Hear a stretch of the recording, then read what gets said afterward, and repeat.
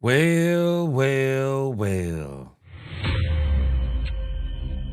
So when I started this channel covering the Dallas Cowboys in 2024, I made a prognostication in 2025. And actually when I first started the channel, but I made a prognostication in particular in 2025 that after the Dallas Cowboys hired Brian Schottenheimer, that the Dallas Cowboys were going to the Super Bowl in 2026.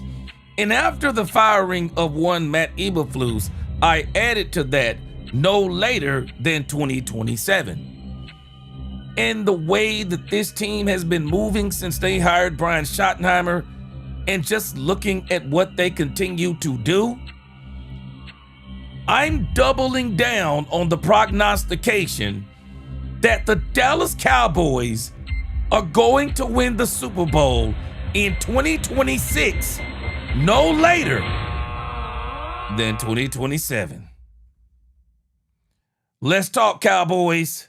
We're about to talk facts. I am sticking to my prognostication.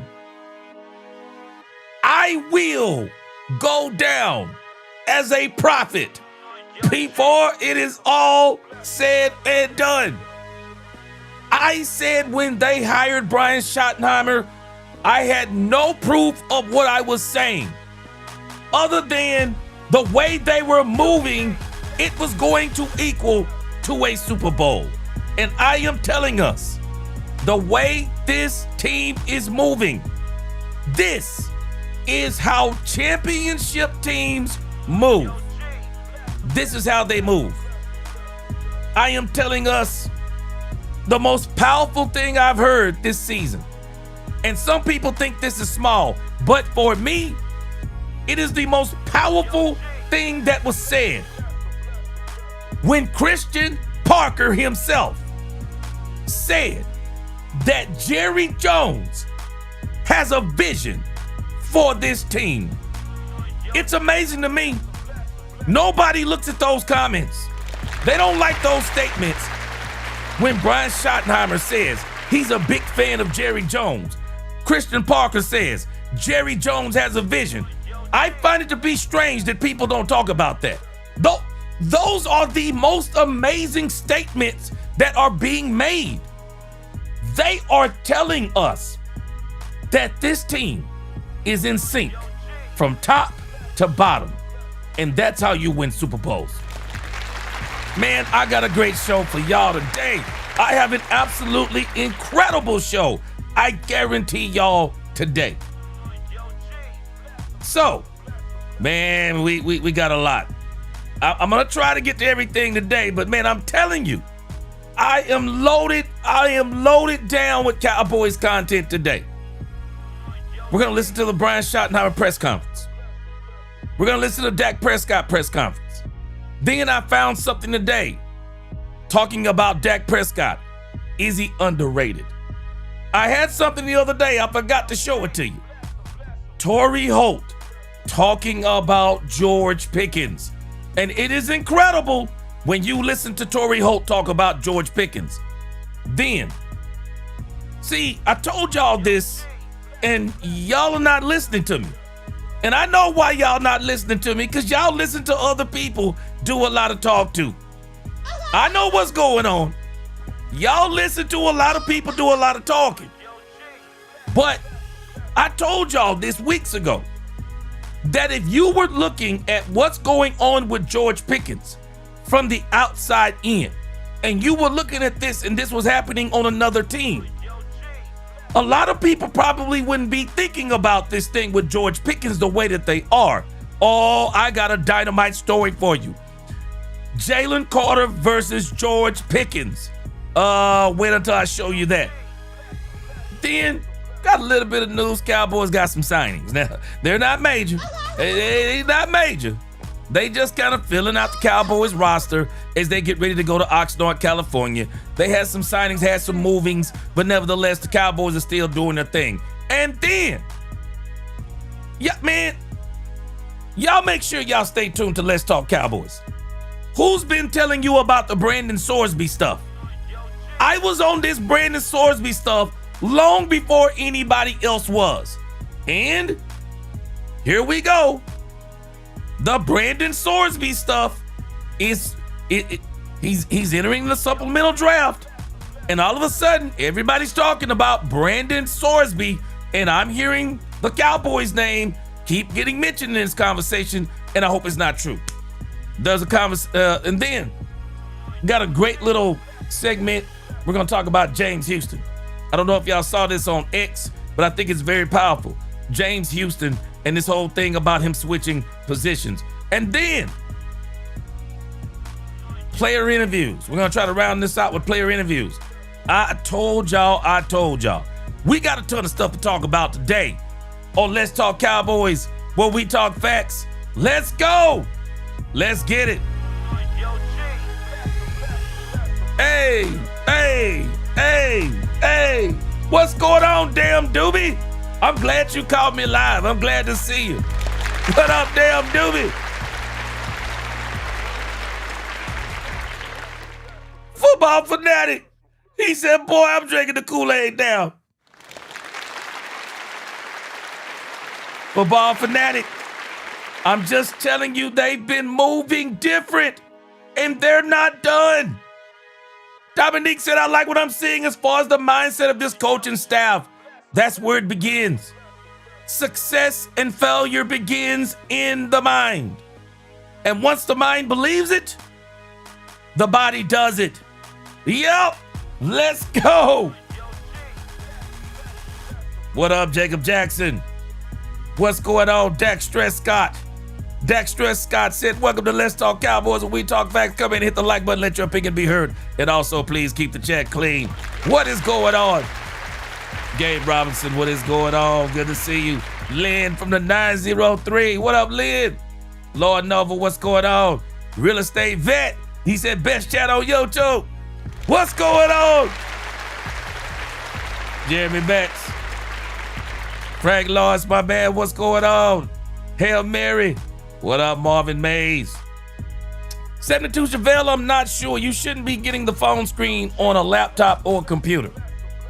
Gregory Davis, what is going on? Good to see you. Randolph, what is going on? He said he give it to year 2027. Hey, they're gonna be in contention this year. You watch what I tell you. Queen, what is going up? What's going on? She said, I'm so feeling Pickens' maturity. Me too. I am too. And Queen, let me tell you something. Not only are we feeling Pickens' maturity, the entire NFL. And I'm gonna tell you something, Queen. I don't know about you. I'm rebuking every single story. I'm rebuking every single story about people trying to make excuses for George Pickens doing the right thing. I don't care what anyone says. I'm rebuking every single story. It's amazing to me how people, they want to build. I keep telling y'all, don't let people build you up. You let them build you up, they can tear you down. I'm rebuking every single story about George Pickens and his conceding to the Dallas Cowboys. George Pickens is doing him. Like he said, let everybody else prove to them what they want to prove to themselves with their own narratives, prove themselves right. But in the grand scheme of things, if George Pickens has changed, he's changed. Bottom line, he's doing what he's supposed to be doing. Jeremy Betts, what is going on? Good to see you. Yeah, they keep making up a different argument moving. Yeah, I get exactly what you're saying.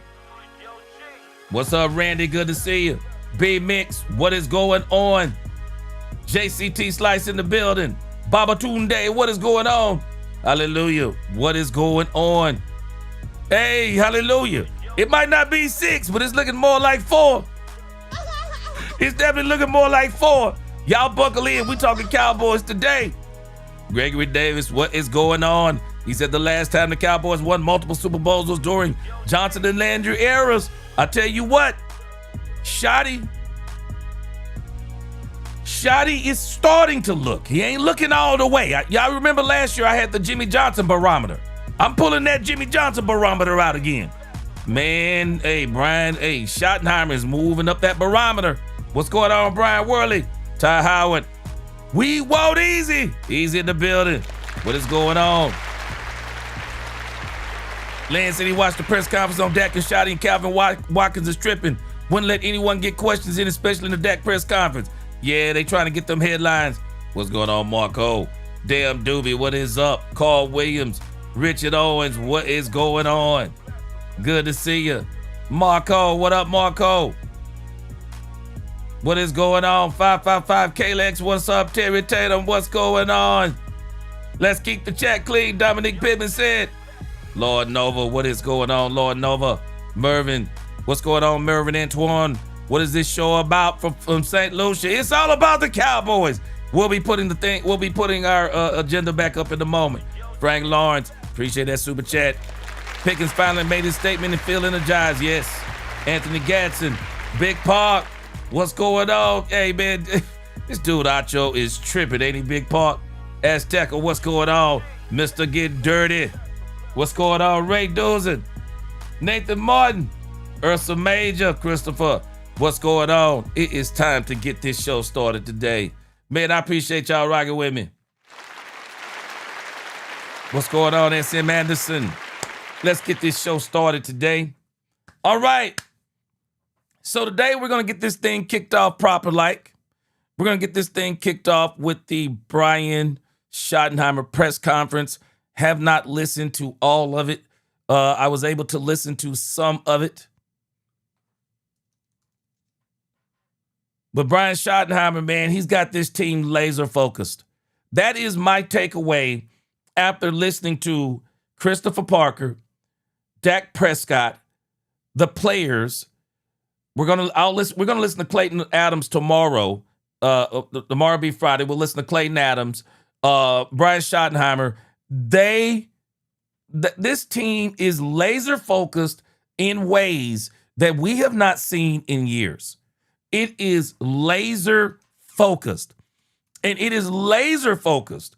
And the part that I want us to really key in on, the part I really want us to key in on, it's not just Brian Schottenheimer. It's not just Christian Parker. It's not just Dak Prescott. It is the entire organization. They are laser focused. And I want to make sure we give Jerry Jones. I want to make sure we give Jerry Jones credit on this. Jerry Jones is doing GM things. Jerry Jones got him a coach, trusting the coach, listening to his coach, trusting the front office, listening to the personnel guys, trusting his coaches. Jerry Jones is actually doing what a GM is supposed to do. I don't know what took so long. All I can tell you is better late than never. And I want to go back to the statement yesterday. I want to go back to the statement that no one is talking about once again. I want to go back. People may not realize it. But again, this is one of the statements of the offseason. It was the last answer that Christian Parker gave in his press conference. We're going to listen to that, and then we'll listen to the Brian Schottenheimer press conference. But no one's talking about this. Listen to Christian Parker, his last statement in his press conference yesterday. Listen to this. You know, they're going to make me right more than I'm going to make them right, and I'm very comfortable with that fact. Quick one from Todd. There's a lot of preconceived notions when it comes to this team and organization. Did you have any coming in here, and what have you learned about being with this organization the last 4 or 5 months? So let's stop for a second. We already know what this is, Cowboys Nation. When he says preconceived notions, we already know what he's asking without asking. What have you heard about Jerry Jones? What have you heard about Jerry? Are the things you heard about Jerry Jones true? Is Jerry Jones in the way? Is this team all about drama? Is this team Hollywood? Is this team? You already know. We've heard everything. Some of us walk around saying some of these same things. They're asking him basically, hey, did everything you hear about the Cowboys is true? Do you think they're talking about positive things? Do you think they're talking about good things? No. They're talking about bad things. Now, Christian Parker's statement right here. And what's going on? I don't know. I can't read the name. I don't like a name like this. So we're going to make sure we're going to keep this clean. The person who just made this statement, who said it will never last. We're not going for that. But listen to the statement by Christian Parker. Well, I mean, I've been a rival the last 2 years, so, you know, you kind of make stuff up in your own head to get yourself ready for a game, whether it's true or not. So, what did I tell y'all? Perception is not always reality. See, he said I make stuff up in my head, and this is what people do. They psych themselves out or psych them or get themselves built up on sometimes false statements, narratives that are not true, so that they can really go at their opponent or go at someone in a certain way. So you think about, this is exactly how people even approach the Cowboys. They approach the Cowboys with preconceived notions, and everybody wants everybody to believe that Jerry Jones is a terrible human being. And Christian Parker burst and I know why nobody's talking about this, because they don't like this kind of language that Christian Parker is about to use. no, I mean, it's first class. It's what you think. What Jerry has built here is special. His vision for what this franchise needs to be, he has alignment. It's a crystal clear vision for all parties involved. Wait a minute. What did you say, Christian Parker? Did you say Jerry Jones has a crystal clear vision of what he wants this team to be? Could that vision actually be different than what this team has been? This is what I tell you about people all the time. When people begin to change, rather than tearing down people who change, you should exhort people who change. You should do exactly what Christian Parker is doing. You should do exactly what Brian Schottenheimer is doing. And some people don't like what I do. But when I see somebody moving different, who's been moving terrible, and I'm saying terrible, not terrible, they've been moving terrible for 30 years, and they start moving good in the last 2 seasons, you better believe I'm going to exhort and I am going to encourage that individual, and I'm going to continue to talk well about everything they're doing. That's what I'm going to do. And Christian Parker is doing exactly what you're supposed to do. When you see something that looks good, you say it looked good. You don't have to be talking about what it used to be. No, let me tell you what I saw. Regardless of what I psych myself up in my head to believe, let me tell you what I see. Let me tell you what I'm seeing. This is what's wrong with so many in this fan base. They're struggling so hard. They want the Cowboys to fall so bad. Y'all better stop listening to these people who tell you they want the Cowboys to be better. I'm not buying it.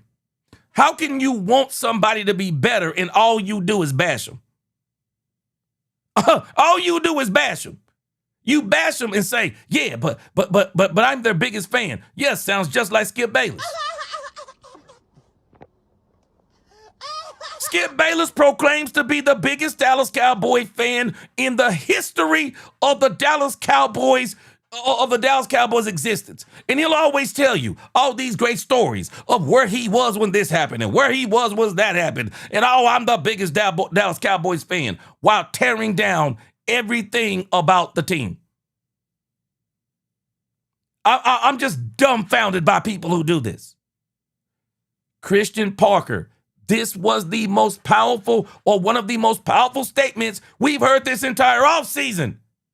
This man said Jerry Jones has a crystal clear vision of what he wants this team to be. Has anybody caught it? Yeah. And I'm following it because I'm a part of it. Do we realize that Christian Parker is a part of the Jerry Jones vision? He's a part of the vision. That's why he hired him under the recommendation of the head coach that he is trusting to get this team to a Super Bowl. Man, y'all better hear what I'm telling you. Y'all better hear what I'm telling you. I don't listen to people who say one thing and do another one. Christian Parker just said Jerry Jones has a crystal clear vision. So watch what people will do. He lying. Christian Parker, he's a liar. He's just going along because he knows if he says something different, he'll get fired.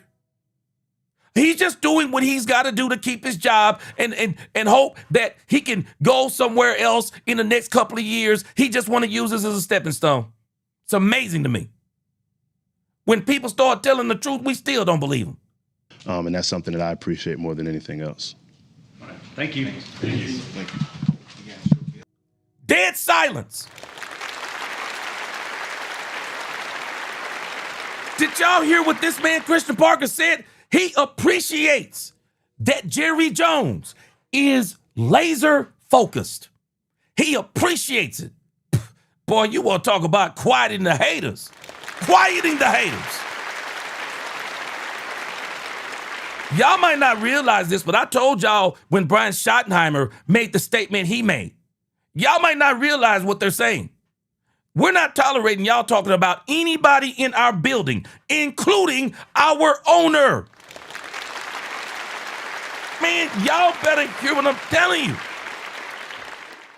These guys are saying we ain't putting up with this nonsense. We're not going to have people running around talking about our owner. We're not going to allow anybody to walk around talking about anybody on this team. As I told y'all a few weeks ago, the team is not just the coaches and the players. The team is the coaches, the players, the front office, the owner, the GM, the ball boy, the ball girl, the concession stand. It's everybody in the organization. It's everybody. Everybody, when you talk about winning championships, everybody got to be on the same page. I don't care if there's roaches in the building. The roaches in the building better be on the same page. That's how you win championships. That's how you win championships.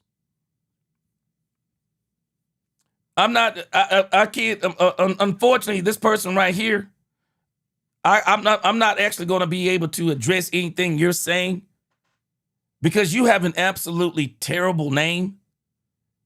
And we're not going to put that up on, I mean, you could really be in the conversation. But I got a serious problem with the title that you call yourself. That's a terrible title. Have you ever thought about changing that? Now, you can do whatever you want to do, but you can't get involved in a chat here with a name like that. That name is disgusting.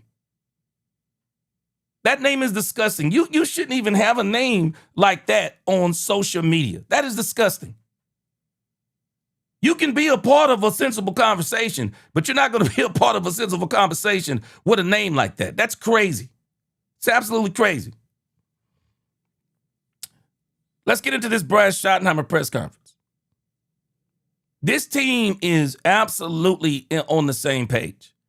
They are absolutely on the same page. And it is one for all and all for one.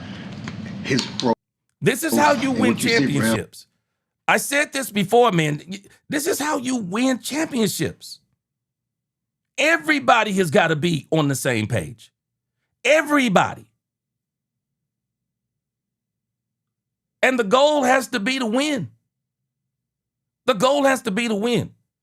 Let's switch over to this Brian Schottenheimer press conference. Brian Schottenheimer, man, you can tell. Brian Schottenheimer in this press conference is laser focused. You can tell he's laser focused. The team meeting. Ryan Flournoy is the 2026 sharpshooting champion of the Dallas Cowboys. He heard from some of the greats. Michael Jordan had a message for him. Will Greer had a message What's up, from somewhere on a beach with his shirt off, all tatted up. Sam Williams had his trophy from last year, cowboy hat on. His message was pretty amazing, so it was very emotional. But no, in all honesty, I really didn't think Rick would make it, but we've had a great offseason. Just fired up by what we were able to do, from the staff additions to the free agency to the draft. And I wanted to get the meetings in because we need to get install 9 in, but us missing the mock's not that big of a deal. So, and the emotion that I'm sure you guys will see at some point was from the guys was they're ready to get out of here. So that's okay. Now, let me tell you something else I saw today when I first heard this thing. I want y'all to follow that there is more than one way to skin a cat. What's going on, Freddie El Truco in the building? Country Field, what up, Country Field? What is going on? Good to see y'all today. Yeah, Lean, down to the roaches in the building. They got to be on the same page. Let me show you how there's more than one way to skin a cat. I also like the fact that they canceled this last one, right? Well, the thing that I find to be so amazing about this is that when you cancel this quote unquote last mandatory practice, but notice that they didn't cancel the install. They didn't cancel the walkthrough. They didn't cancel that. So I like that part. And this is how you actually get George Pickens on the field in the walkthrough. You can get George Pickens on the field in the walkthrough. Rather than doing a full-fledged, all-out practice and all. No, you can get him in on the walkthrough. I thought this was very interesting when he talked about this install, because Dak Prescott is going to talk about the fact that, yeah, they canceled the practice, but what they didn't cancel was the walkthrough. The walkthrough. And so that right there is very significant. Calvin Watkins, Dallas Morning News. In comparison to your first year to where we are now, would you say you got everything accomplished that you wanted to set out before you got to camp? Yeah, I think so. I feel, like I said, I feel really good about it. You know, phase 1 is what we call, scheme development. You know, we're putting in a new defense. It's them hearing the language, and some of the language gets tweaked and changed the more we get into it, and the players have some involvement in that. And obviously we're evolving on offense, but, getting a chance to go through the scheme, the cut-ups. Phase 2, when you get on the field, is more skill development. So you're hitting the fundamentals and things like that. One of the things I thought that we did a really good job of, the coaches did, is that we had a action plan for all the players, rookies, veterans, where each coach, sat down, came up with a list of 3 things that they felt like the whatever said player could improve on. And not only the 3 areas that they wanted to improve on, but how they were going to do that, whether it's change of direction, cone drills, footwork, different things like that, but how. And then they came in and they met with the players, and the players, had some of their thoughts, and so they kind of did it collectively. But I felt really, really good about that. OTAs are hard. You see some of our colleagues and my peers, canceling the mini camps and stuff like that. It's just hard to practice. It's just hard to practice, with some of the rules that we're restricted under.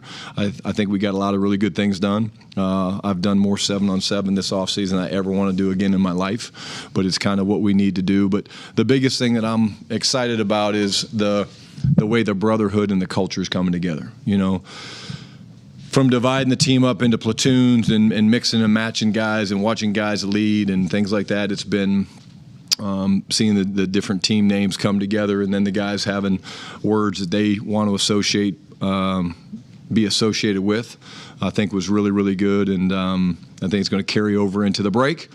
Talk to the guys about that. Going into the break, it's really about, getting away. They need to get away, but what's the plan? What's the routine? And it's not just the routine of physically getting ready to play, which they have to be ready to play. It's more about, also along with that is, mentally, especially some of the young guys and the guys on defense where it's all new to them. So I could not be more happy about how the offseason went. Did you have an action plan for yourself? Always have an action plan for myself.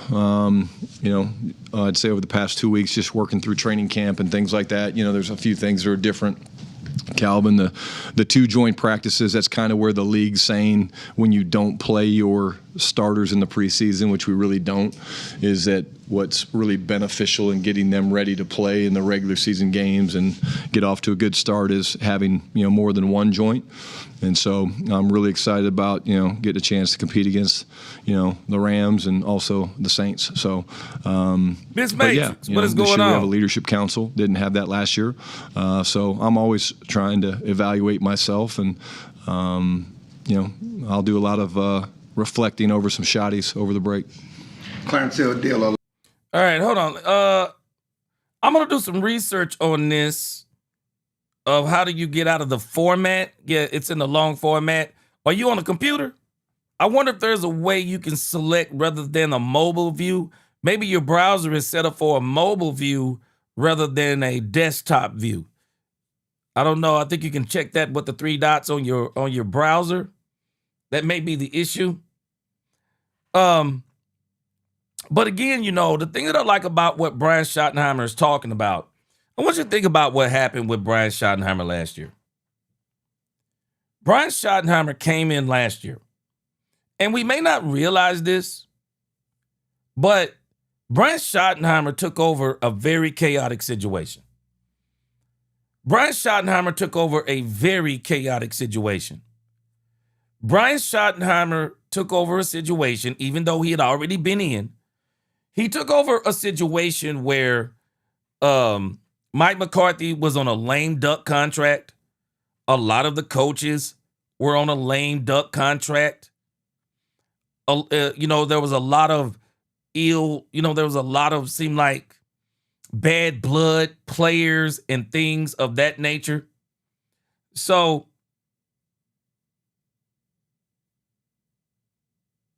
okay, hey, I'm appreciative, Mr. Matrix. I'm glad you're still in the conversation.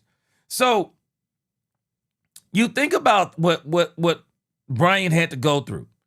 It was a very chaotic situation. Even the stuff that was going on with Trayvon Diggs, Michael Parsons, I mean, he really took over in a very chaotic situation. A very chaotic situation. And now that I kind of look back on it, looking back on a 7-9-1 situation. Also, he's coming in, brand new head coach, got Matt Eberflus in here with his doggone nonsense. I mean, he took over a very chaotic situation. Then you add to that what happened to Marshawn Nealon. Brian Schottenheimer, I got to give him credit now. Hindsight is 2020. He really weathered the storm. He really weathered the storm. He really weathered the storm. And now he's come out of the other side of the storm, and I think he's going to be a lot better for it, a lot stronger for it, because this is really the year that this is no longer the team that used to be Mike McCarthy's team. This is now Brian Schottenheimer's team, if that makes sense. This is now Brian Schottenheimer's team. It's his coach. It's his culture. It took him a year to really start implementing, really get that culture implemented. Had to, kind of do away with some things. And now that you got him in, it's actually his defense coordinator. It's his team, his suggestions, his draft. I mean, now we are getting a full dose of Brian Schottenheimer. And I think what he did today is a testament. It's a testament to what he's accomplished and who he is. To be comfortable enough to say, okay, we're going to cancel the actual, quote unquote, whatever it is that we're doing. We're going to cancel that. But we're still going to do the walkthrough because that's going to benefit all of us, including George Pickens. He was really facing a lot of adversity in that first year. Jerry Jones had to get as much as Jerry Jones liked Brian Schottenheimer, he had to continue to build up more trust. And I'm going to tell y'all what I believe was the turning point. And I've mentioned this before. I'm going to tell you what I believe was the turning point of Brian Schottenheimer really taking control of this team. The turning point is when Matt Eberflus was tanking this defense. There is no doubt in my mind that Matt Eberflus was walking around like he didn't stink after he left out of the bathroom. He was walking around like it had been promised to him that you can do whatever you want to do this year, and next year we're going to get you the players. We don't care what your I mean, he was just literally walking around like he could do whatever that he wanted to do. And Brian Schottenheimer, I believe, shocked this entire organization. And he went into the defensive room. He went inside of the defensive room and told Matt Eberflus, nah, bruh, you ain't throwing away this defense in this season on my watch. That was the turning point.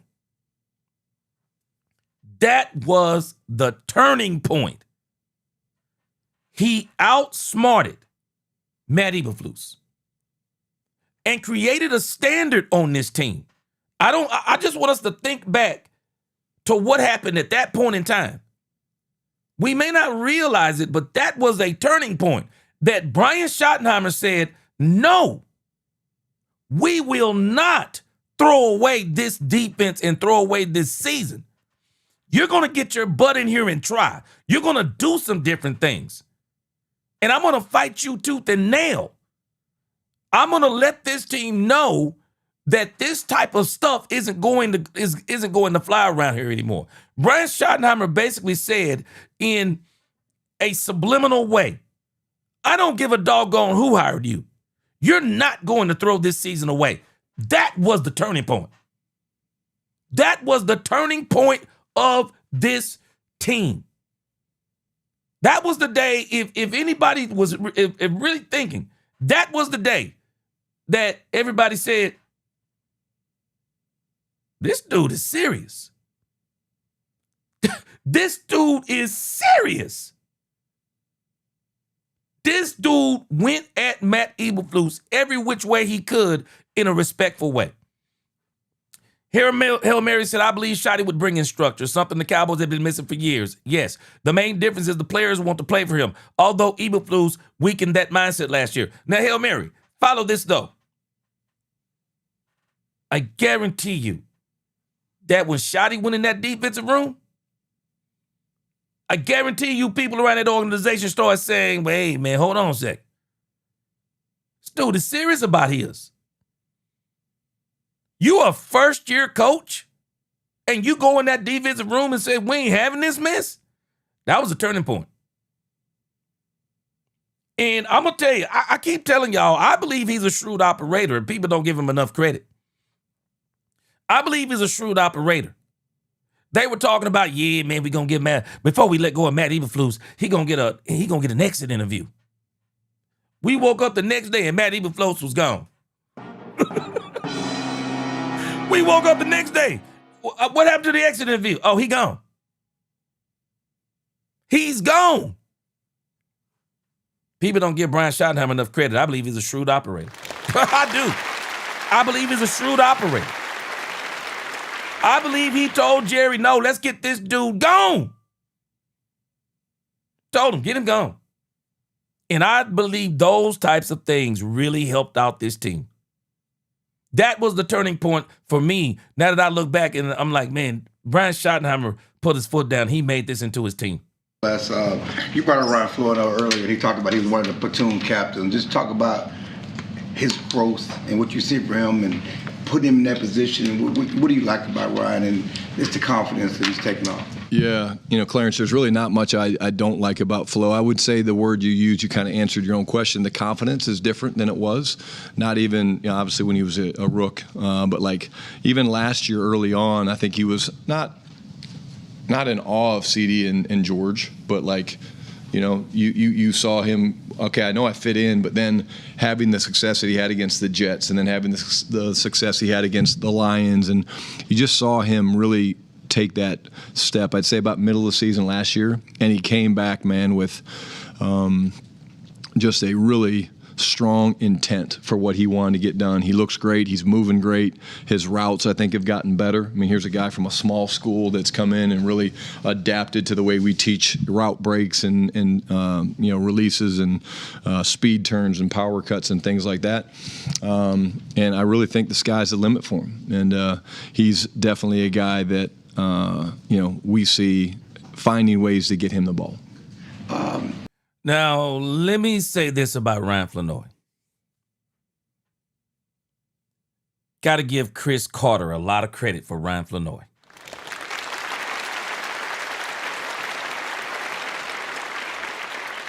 Ryan Flanoy is working with a Hall of Fame wide receiver. Let me tell you something. I don't like a lot of Chris Carter sports takes. Now, it don't mean that some of them aren't good, but some of them are outlandish. But one thing I can tell you about Chris Carter, the man knows how to play the game. He knows how to play wide receiver. And Chris Carter was a problem on the football field. And if there is a wide receiver that you would ever want to learn from, Ryan Flanoy has been working with Chris Carter. So he's come in and of course, working with Dak Prescott. If you don't think that Dak Prescott gives you a lot of, you've been catching with Dak Prescott, hanging with Dak Prescott, talking to Dak Prescott, and Dak Prescott himself, man, people don't give Dak enough credit. Man, Dak has turned some of these wide receivers into stars and gotten them some big time money. So Ryan Flanoy should be fully confident because he earned that spot last year through hard work. When Dak called his number, he answered. And from everything we've been hearing about at camp, they got big plans for Ryan Flanoy. I mean, you just heard what Brian Schottenheimer said. What up, Mac Man? There will be blood. He said, I keep saying this team will be a quiet storm going through the season. Watch what I say, Prophet. Yeah, because they're focused on football. And I said this early on. I want the Cowboys to have a quiet, boring offseason. And that's exactly what it's been. The media has been noisy around them. But this team has been boring and quiet, including George Pickens. Boring and quiet. And kudos to George Pickens for controlling a narrative that could have easily got out of hand. And rather than him relying on the court of public opinion, he's trusting his coaches, he's trusting his teammates, as in Dak and CD in particular, but he's also trusting the process. This offseason, do you think it's been quieter compared to past off seasons without the holdouts and different things like that? Certainly, Pickens has said he's going to be here. It's amazing. I hadn't even heard this part and I said this. Okay, let's go. It's more about football than the off the stuff. And well, I mean, I'm not going to say it's a bad thing. But no, I think, at the end of the day, we're in a good spot. I think we're very comfortable with, like I said, the changes that we've made, and then getting the changes up to the where they need to be, the standard where they need to be right now. I think my conversations, and then hearing, of course, what George said to you guys. Not surprised. I told you guys he loves football. I told you guys he wants to win, and it was great to have his energy out there these past couple days. So, is it quieter? I'm not going to say that because you never know what's coming around the corner, man. I mean, shoot, I could be sitting on a beach somewhere, and next thing you know, the phone starts ringing, and you're like, oh, I can't wait to see Clarence and have him ask me about this. But, we'll take it right now. Yeah. Brian Todder with ESPN. Yeah. See, I hadn't even heard that part of the conversation. I listened to all of Dak. I didn't get a chance to listen to all of this. But this is what it's been. It's been quiet and boring. It's been quiet and boring, and I absolutely love it. What's going on, Marcus Moncherio? What is going on? Yes, sir. GP played this to the T. He did what he's supposed to do. Hail Mary says Shotty is definitely putting his blueprint on this team. Not only the CP hire, but all those young brothers on the defensive staff. Yep. Gold Eye, what's good? Yep. I agree with you. And every team in the league has hope right now, and if they don't, something's seriously wrong. How do you carry the hope from now to training camp and then ultimately into the season? Well, I think you try not to get too far ahead of yourself. I mean, What's going on, we're Devon Smith? hopeful because we're confident. And we feel like we're preparing the right way. We feel like we've made the changes that we needed to make to fix the defensive side of the ball. There has not been a lot of changes on the offensive side of the ball, other than the schemes that we're going to adjust and change. And but I think the real preparation starts when we get out to Oxnard. I think that's what I always look forward to. That like this first week or two of vacation is great. Celebrate my anniversary with my lovely bride on the 29th. It seems like everybody's anniversaries in this business is about the same time, and because we only have certain windows to celebrate those. But as I get past the 4th of July, man, I'll be honest, like my mind gets back to football and the excitement of getting to camp and the excitement of watching these guys compete and getting a chance to play real football. Like, again, you do what you're tasked to do, and you're going to have an off-season program, you're going to have OTAs, but we're not playing real football. And I can't wait to play real football or as close to real football when we get to training camp. And I would say the shit talking from Christian Parker is a little different than what we had last year, and so the guys feed off of it in a good way. And it's you guys are beginning to figure out his personality and in a good way. But it's been fun to watch him stir up CD and George and Dak and those guys, and I think we're in a really good spot. I'm excited to see this matchup. Now, we've been kind of hearing Dak Prescott, give, Christian Parker a lot of credit. You listen to Brian Schottenheimer, give him a lot of credit. You know what? As much as we like Christian Parker, let's not forget who Rain Dakota Prescott is.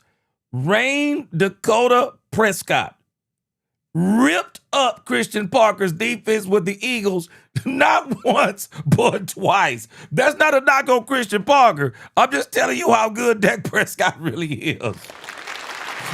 Dak Prescott, man, let me tell you something. Boy, we were a couple of drops away from sweeping them Eagles. Man, y'all call them the Sheagles. Y'all said I don't. Boy, we were too bad. We were some drops away from sweeping them boys. Man, Dak Prescott was throwing passes in places that people were going. There's no way that Dak Prescott threw that pass right there. Yeah, he did. I appreciate you too, Eric, folks. Yeah, hey, man. I'm telling you, what's going on, Mando, Arizona? What's going on? Yep, Unity. Man, hey, you just wait. I'm ready to see this thing in Oxnard, California, too. I want to see Dak going up against it when we're playing football, as Shotty keeps saying. A lot of focus has been on Caleb as your first-round pick. It almost seems like Malachi Lawrence has kind of been in the shadow a little bit. What have you seen from him? And I know it's hard to evaluate without pads and things like that. Yeah. I go back to number one, what I see from him from the power when they're hitting sleds, what I see from him, the size and the length that he plays with when you're doing just, one-on-one pass rush drills against, dummies and things like that, the power that he can create with arm overs and swats and things. I've been most pleasantly surprised probably by the instincts when he drops in coverage. Like, they didn't drop him much at UCF. For the right reasons. But I like the way he's tackled this offseason. I think he's another guy that the talent is real. I don't remember him making a lot of mistakes, and that's a good thing. John Machado with The Athletic. What's your message to a guy like Caleb Downs in this next 5.5 weeks? What do you want him to do? Yeah, I don't really worry about Caleb. I really, most of the rooks, I don't worry about them because they're the right type of young men. One, they want to be great. Two, they understand that they're going and competing to make one of the better rosters in the National Football League, in my opinion.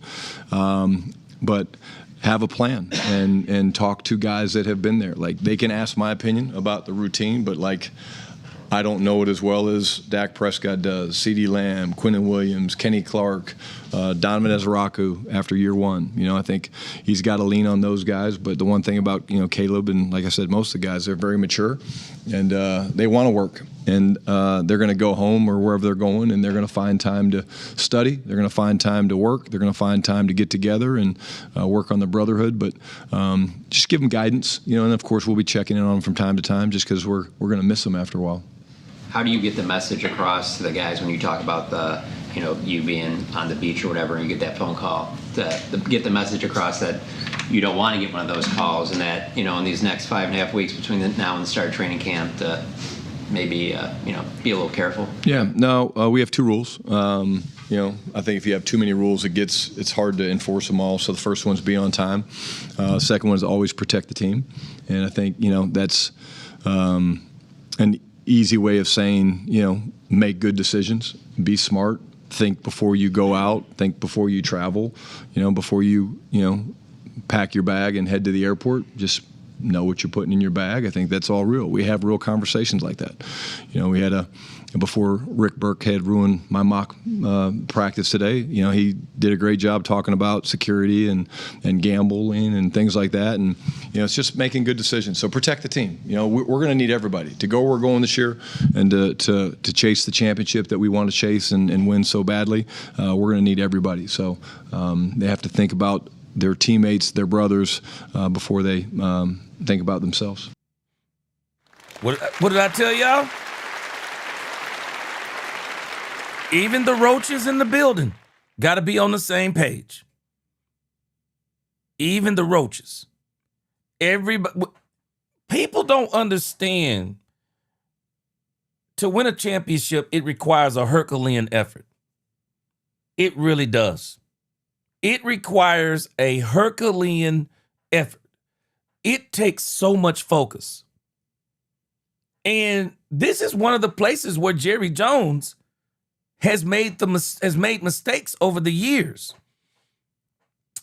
When I started this channel, in that first year, one of the things that I said that people don't understand the dynamic of the Dallas Cowboys.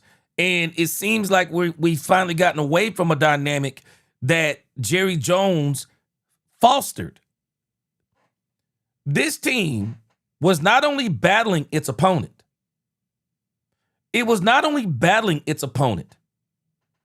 It was battling the owner, as in being out in the media, saying a lot of things.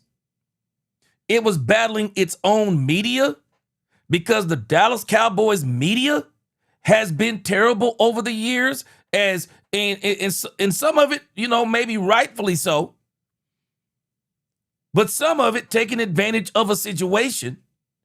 But the Dallas Cowboys team would be battling the owner. It would be battling its local media. It would be battling the national media. It would be battling the stigma of all the talk about the Dallas Cowboys team, and teams would be fired up to play the Cowboys before this team even stepped on the field.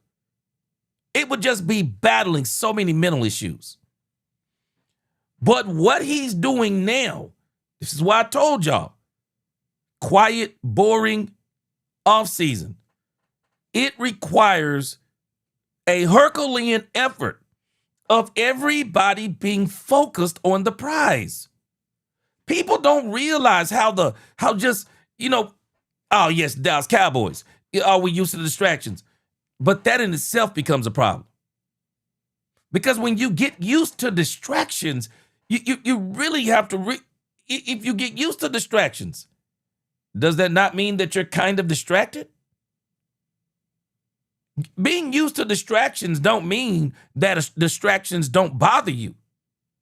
That's not a true statement. And so the Cowboys have been battling, whether we realize it or not, they've been battling so many mental issues. This is not just applied to the Dallas Cowboys. This goes for everybody. Every team needs that kind of quiet offseason, that focus, that the only thing we're talking about in this building is winning the Super Bowl. You think about those Patriots teams.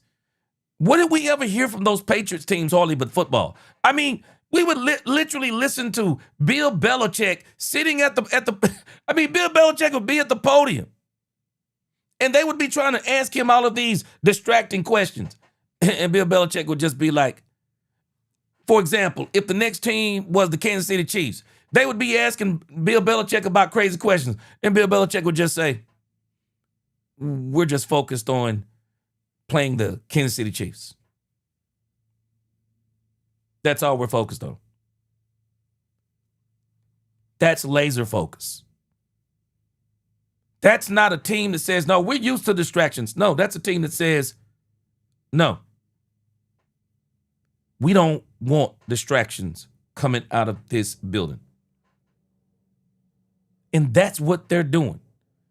And that's why you got to have these kind of conversations with the team. Hey, man, hey, Cavante Turpin, Marquise Bell. Y'all know Cavante Turpin. No hate on Cavante Turpin, but boy, it don't take much for Cavante Turpin to find a reason to party. Cavante Turpin, Marquise Bell, hey, man, let's keep it together. We don't want to hear nothing.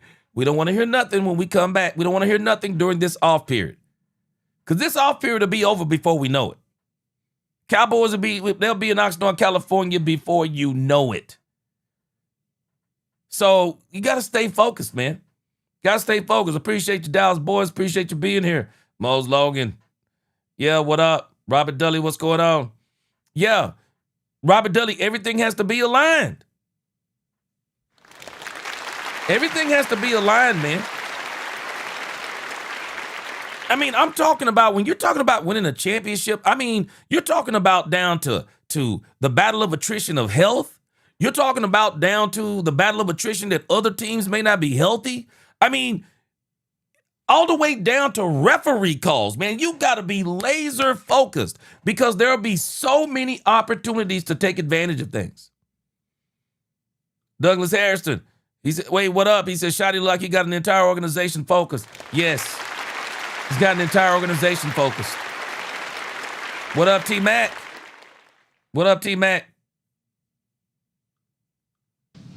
Nick Harris, forward. What up, Larry Hunter? Is there anything different about training camp that you're looking forward to implementing? I think we'll have more padded practices. I do think that the one thing I learned last year with the way we have our schedule, in the short weeks and stuff that we get tasked with playing and primetime games and things like that, it's a little harder, Nick, to carry the pads later into, the season. I do. Hype move, man. If I was Mike Tyson's brother, I'd have some of that Mike Tyson money, man. I'm not Mike Tyson's brother, but I've heard it a lot. I think, talking with our sports science people, there's a different way to really build some calluses during training camp.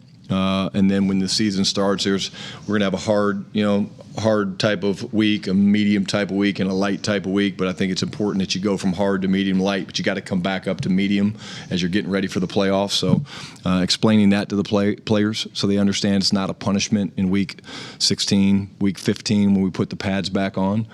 I think that's. Who does this sound like? Man, I'm literally going to have to get me a Jimmy Johnson barometer. That sounds like Jimmy Johnson. More padded practices. You remember what Michael Irvin said in the Netflix documentary? Jimmy Johnson made practice hell so that when we played in the games, it was nothing but fun. Sounds like Jimmy Johnson. Sounds like some Jimmy Johnson type of stuff. All stuff that, again, I've learned and am using the people that are experts even more than me in how the body works and how the body recovers that I'm excited about implementing. Looking ahead into the season, if I ask you your confidence level, I know you're just going to say confident, but you look at the schedule, you also look at a lot of the moves y'all made on the defensive side of the ball, looks to be some good moves. Where's your confidence level right now? I mean, very confident. I love our roster. I love the changes that we've made on defense. I love Dak's grasp of what we're doing offensively. I love watching Tyler Booker, going to year 2, and Donovan Azaraku. I love the addition of Kobe Durant, Rashawn Gary. We're seeing the best versions of Kenny Clark and Quinnen Williams. Quinnen Williams came into this team last year at one of the most painful parts of the season. He lost a brother, and so I think we're getting the best version of him. Christian Parker, I saw that the Jabril Quinn. evolution of Clayton Adams. We're gonna bring it up. Steve Shimko, Ken Dorsey, all these guys. So my confidence is rooted in the people that we have, not just the type of player or coach they are, the talent level, but the way they are as human beings and the way they treat one another, the way they work, the way they understand that we do have one goal, and that one goal is the highest of the high, but that's what we're pursuing. And so with that, I feel very, very confident and believe that we're going to find a way to be in that game and win it. Boy, y'all gonna call me a prophet before it's over.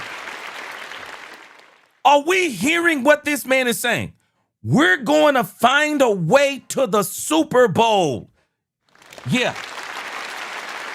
Man, let me tell you something. Success begins in the mind. Success begins in the mind. When you truly believe it, and not only do you truly believe it, now let's follow something. Not only must you believe it, but what makes you believe it? Let me help us to understand what faith and hope is. It's the evidence of things not seen. I may not have seen the Super Bowl, but when I'm looking at a coaching staff, if I'm a player, I'm looking at a coaching staff. I'm looking at the plan. I'm looking at the players around me. I'm looking at how the ownership is doing things. That in itself is evidence of things not seen. Even though we have not yet won the championship, I believe what we have in place is good enough to win the championship. I don't think Brian Schottenheimer is doing what you call just kind of like that kind of wishful thinking. That kind of stuff like Mike McCarthy said that I've already made a plan for, what did he say, a 20-game season. I already got a plan for a 20-game season, and we're all looking at Mike McCarthy like, bruh, you don't even have what you need to win a 20-game season, because that's basically the Super Bowl. Yeah, I got it. No one was believing that. But when they look at what they're doing now, when they look at the coaches, when they look at the players, when they look at the plan, I guarantee you, a lot of these players are feeling the same way. A lot of these players are feeling the same way that, yeah, we can do this. We can do this. We got the personnel. We got the coaches. We can do this. I believe this entire organization is smelling a Super Bowl. I believe they're smelling it. They're looking at this layout. And if I was looking at this layout, I would be thinking in my mind, there's probably only what? If you think about the NFC as a whole, there's probably only 2 teams that can hold the Dallas Cowboys. If they are clicking on all cylinders offensively and defensively, I can only think of 2 teams, Seattle and the Rams. I don't think there are no other teams in the NFC. The Eagles can't hold the Cowboys. The Giants can't hold them. The Commanders can't hold them. The Green Bay Packers cannot hold the Dallas Cowboys anymore. With what they've lost, they can't hold the Dallas Cowboys. There are only 2 teams realistically that can hold the Dallas Cowboys. And we're going to see what they look like. The Rams and the Seahawks. They're the only 2 teams that can hold them. And I got a strange feeling that if everything goes the way that it probably is going to go, they're not going to see both of those teams. They may only have to see one of them. I don't think there's a team in this NFC that can hold them but the Rams and the Seahawks. And the Rams and the Seahawks got to be looking at the Cowboys saying, can we hold them? Can we hold them with that offensive power with Dak Prescott? Can we hold them? I see 3 teams. I see 3 teams. Yeah, I believe him when he said we're going to find a way in that Super Bowl. Do y'all hear it? We go find a way in that Super Bowl. We're going to find a way. Tommy Arch, DallasCowboys.com. Forgive me if you've been asked this, but Javonte looked like he was out of team stuff. Is that just management for shoulder or something like that? What was that? Yeah, we did. More than anything, it was just we wanted to give the two young guys, Phil and Jaden, a lot of work because we knew it was the last practice, last full speed practice. But no, Javonte's in a great spot, looks great, and again, it was more about getting the young guys some reps in this last full speed practice. And then you mentioned Christian talking some trash to. I am happy to hear this part. I'm not listening to any naysayers. The Dallas Cowboys are doing what they are supposed to be doing. You continue to see if there's any outside talent that you can acquire. But at the same time, you have got to give the guys in the building an opportunity. Give them an opportunity. Miss Matrix said not the 49ers of Green Bay. No. As much as I love Kyle Shanahan, no. Green Bay, no. Jordan Love has not really been consistent.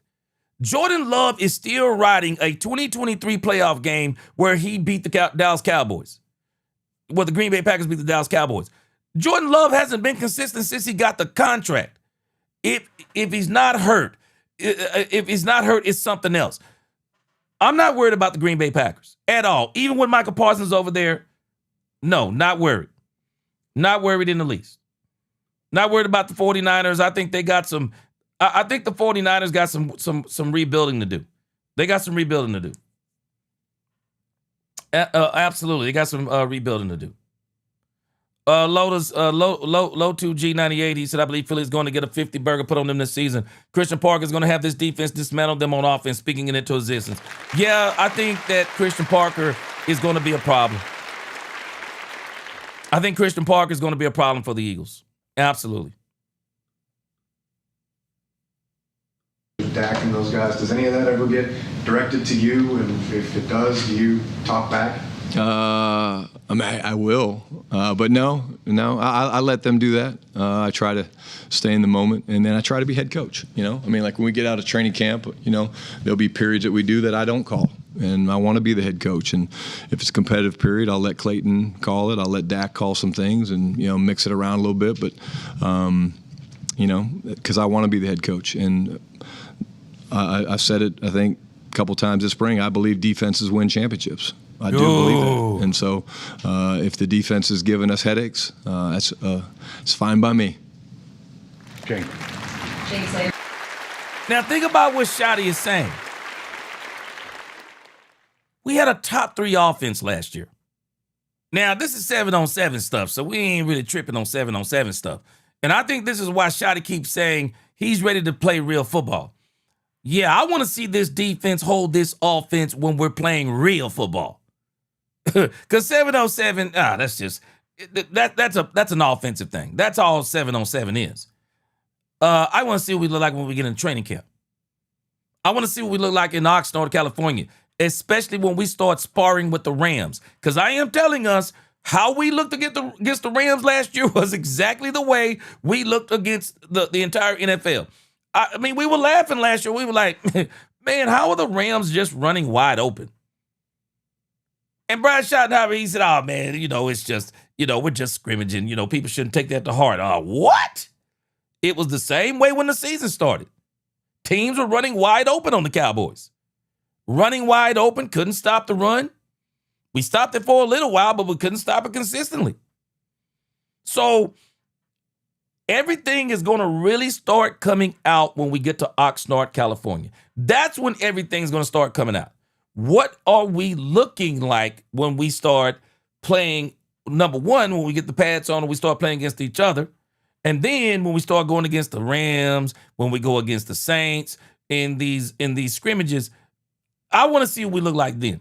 Because I think that's going to tell us everything we need to know about our defense. But we already know what the offense is. Miss Matrix said, it's about the way the Cowboys play them specifically. It's like the boys, yeah, but this is going to be different. I think it's going to be different, Miss Matrix, because we've lost a lot of those players. It's going to be different this time. It's going to be different. And the thing that's going to help us, Miss Matrix, the thing that's going to help us, for as much as we're going to help this defense get better fast, this defense with Christian Parker is going to help this offense figure out some things that they couldn't figure out when they saw some of these teams that run these Vic Fangio types of defenses. So Christian Parker is going to help the Dallas Cowboys solve the Rubik's Cube from that perspective. I really think he's going to help us in that manner. He's going to help us. So the issue is the Cowboys have this year going for them is that iron sharpens iron. Christian Parker seems to be a very good defensive mind. And so he's already, again, it's 7-on-7. I want to see it when it's 11-on-11 and it's a lot more, when you got the pads on. We'll see what it looks like then. But no matter what, we saw the Cowboys do this against opponents last year. So it's not like we're saying with the Cowboys offense, like, well, we don't know what it's going to, no, we know what it's going to look like. It actually should look better. Christian Parker is going to help the Cowboys offense look better. I don't think they'll be afraid of the 49ers. We saw what we did to the Packers. Our offense went banana bonkers on the Green Bay Packers last year. If we'd have just got 2 stops against the Green Bay Packers, we beat them.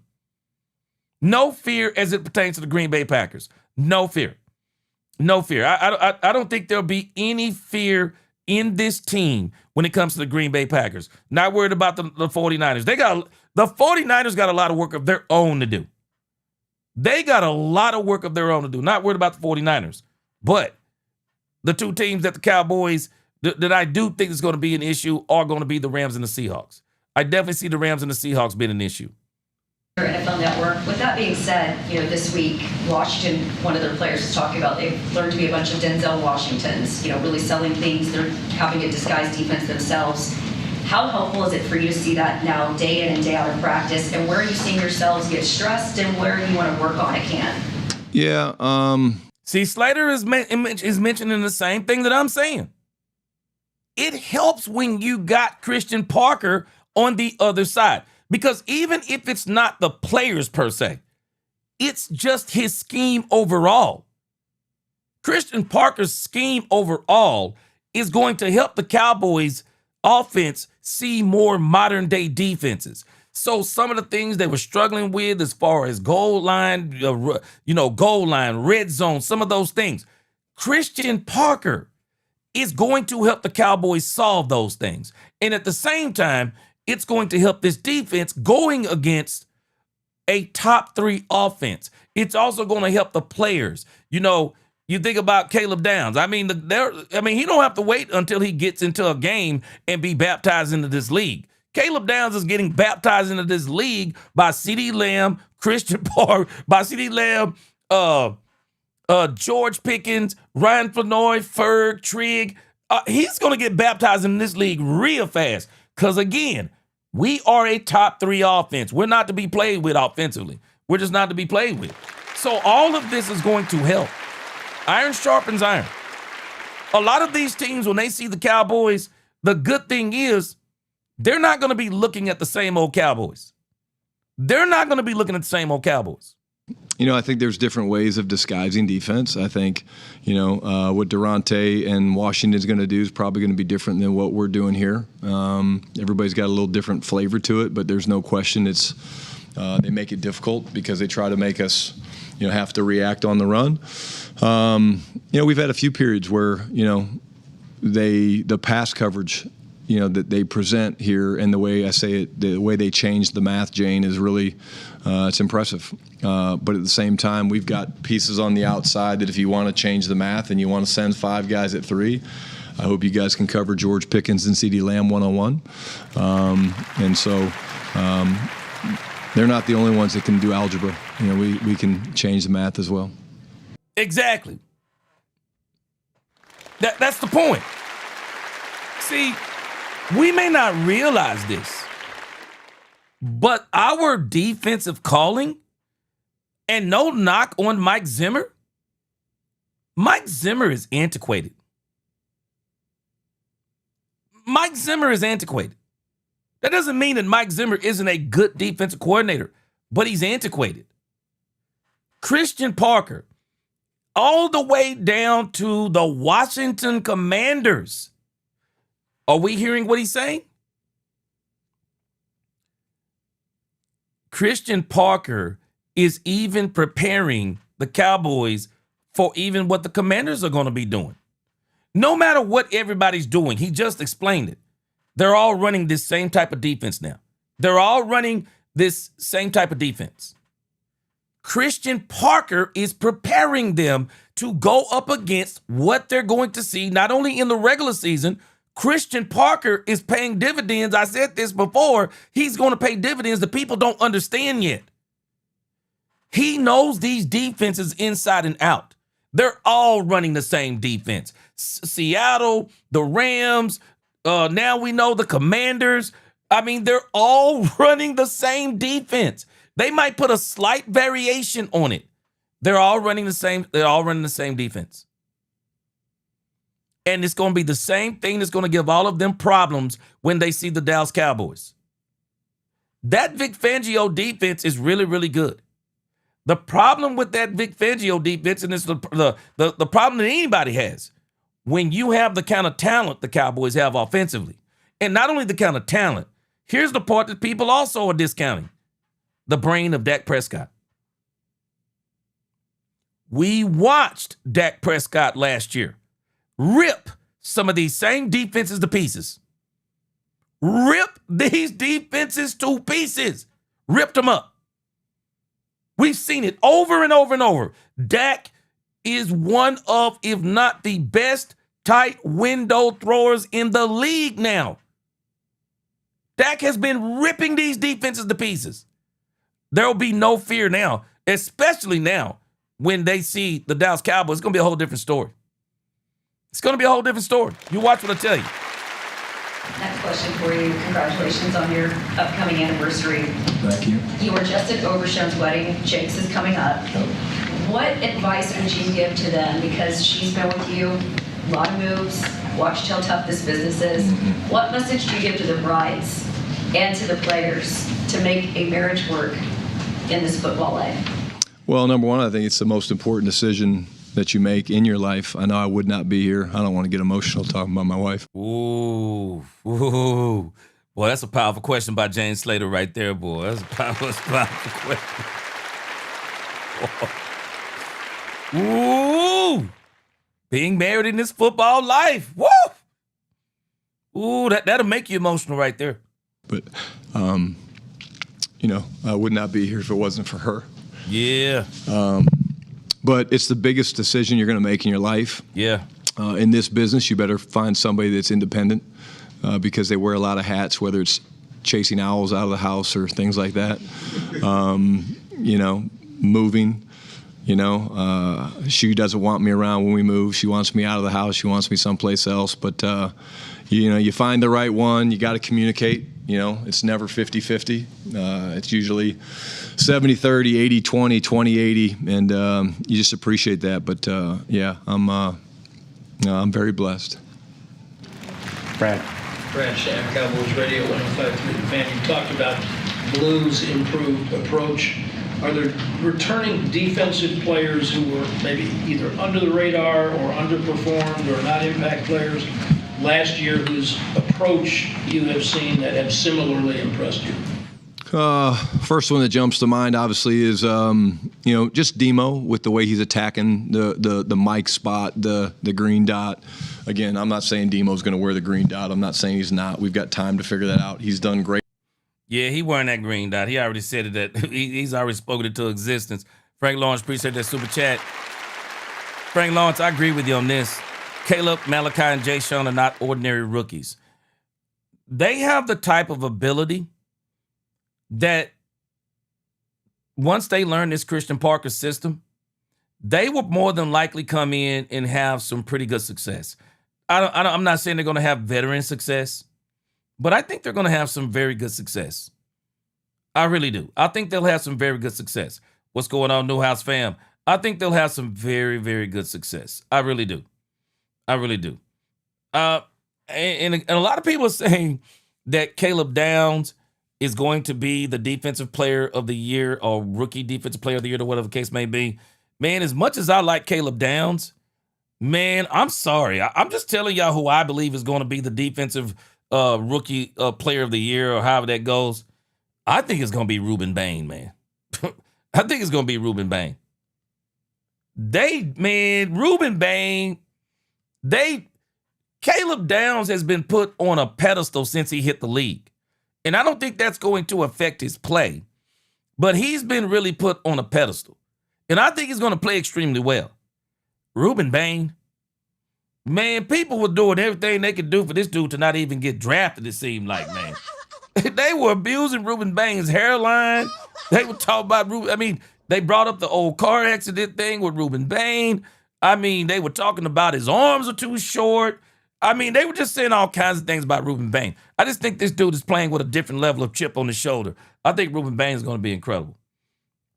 I think it's going to be incredible, but we'll see how it goes. JCT Slice, he said, Acho keeps talking about the Cowboys. Well, why wouldn't he? He's got to get them clicks. Man, JCT Slice, do you realize how, man, if they don't talk Cowboys, ain't nobody going to watch that show. Ain't nobody going to watch nothing they talk about unless they talk about the Cowboys. There's a reason why they're off FS1. Man, that channel, that dang gone show is terrible, man. This show is terrible. They have to keep talking about the Cowboys. With it. Demo's not a Mike. He's a Mike and a dime. We call him different things. We cross-train him. He's been great.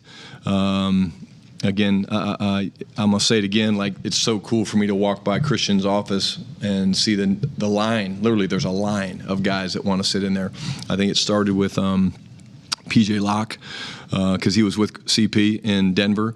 Then the next day, PJ Locke was in there. The next day, Demo was in there. The next day, Caleb was in there. Like, it's just these guys, they want to spend time with him and learn the way he thinks. And it's no different than me talking to Dak. Like, one of the reasons why I'm sitting in this situation is because of my relationship with Dak, not just as a man, but as a coach.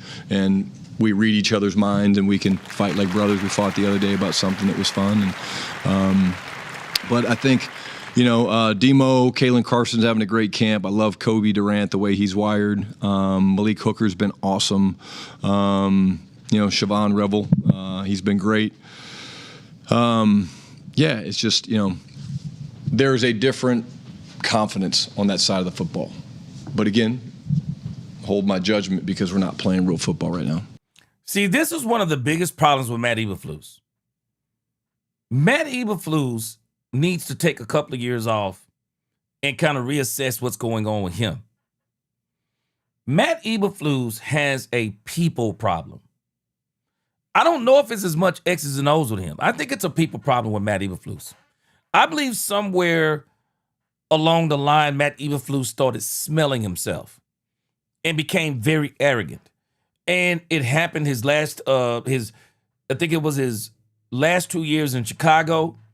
His connection with the players got worse and worse and worse. They thought if they brought him here, it was going to be better.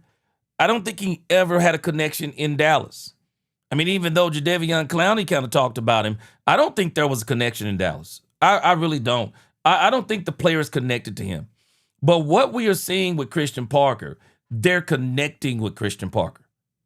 There's a connection there. There's an interest there. There's the system has them excited to where they want to know more about it. How can they be more successful in it and do those types of things? And so that's what's going on that we're watching with Christian Parker. I mean, I told y'all this the other day.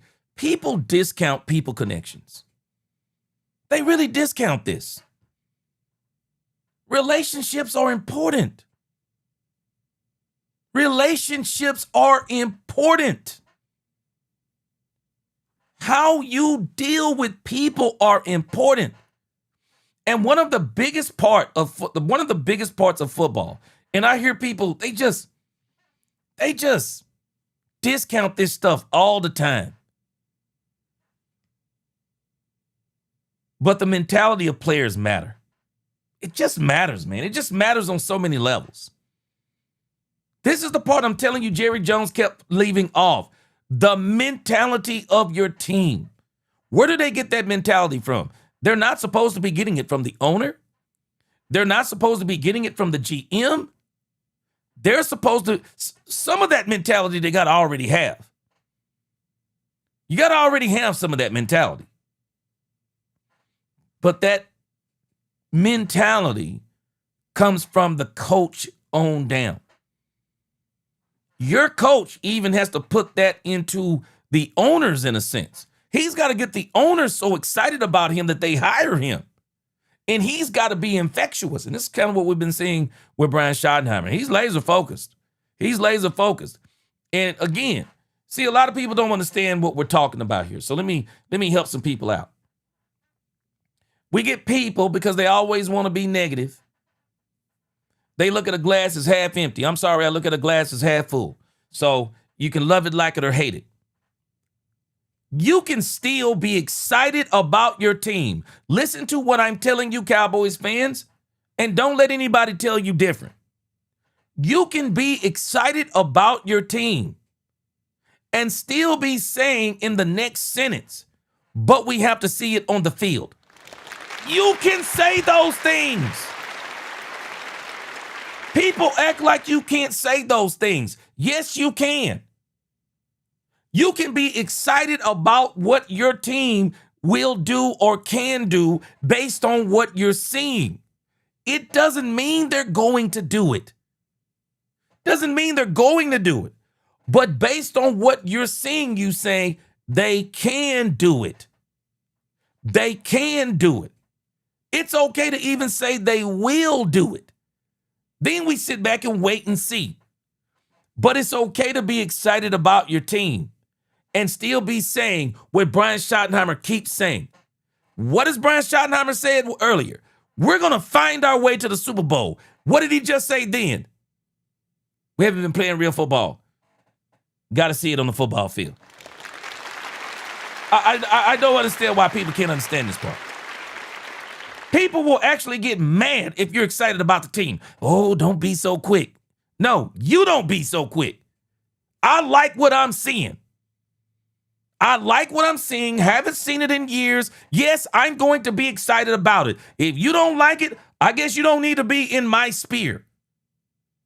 Because I'm going to let my light shine. When I get the evidence of things not seen, yeah, I'm excited about it. I don't care what anyone says. I'm excited about it. I'm absolutely excited about it. I'm excited about these Dallas Cowboys. I'm excited based on what I'm seeing, not just based on the fact that I like the Dallas Cowboys, and for the last 32 years, I've been thinking they're going to the Super Bowl. Come on, man. There are people even outside of us. They're not excited about the Dallas Cowboys because it's the Dallas Cowboys. We got people who even been hating on the Dallas Cowboys. They're excited about the Cowboys. Why? Because they're looking at what the Cowboys are doing. And they're just like, wow, they're moving like a team.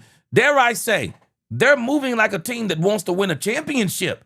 This is why so many other people are excited about the Dallas Cowboys. And we got some of us, we still, yeah, but hey, man, we got to be, no, we don't have to be reserved. No, hey, we like what we're seeing. And if they don't do it, they don't do it. But I love what they're doing. Demetrius Noel said everyone in the NFL is wealthy because of Jerry Jones. I said it the other day. That is why you don't hear them speak negatively of Jerry. Yep, I said it the other day. Shoot, you don't bite the hand that feeds you. Robert Dudley, I still think the Cowboys going to circle the block one more time on Brooks. I think going to circle the block one more time on Brooks. Ice cold, seeing is believing unless you live on faith. Ice cold, and the Bible tells us something that's very powerful. If you can see it, it's really not faith. Faith is not based on seeing it. Faith is based on the evidence that goes into it. And that's a very powerful thing the Bible explains. The Bible is basically explaining something about what you want in life. Well, whatever you want in life, you got to live like you want it. You got to execute like you want it. You got to believe in it, and you got to execute it. Frank Lawrence, appreciate that super chat. Frank Lawrence said, "Gee, thank you. I never knew the offseason could be so exciting." Hey, man, it's coming good. It is coming good.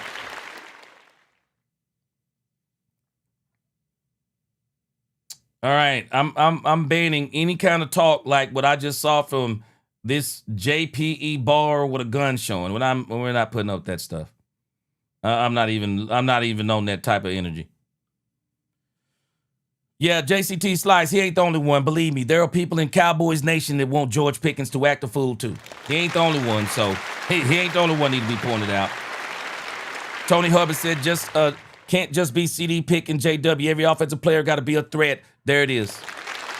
Everybody. Yeah, Braves, Cowboy, we're going to talk about that in a moment about people blaming Dak Prescott. It is mind-boggling. Yeah, I'm with you, Whiskey Weenies. I'm ready to see this defense get on the field. And again, man, people don't understand. It's okay.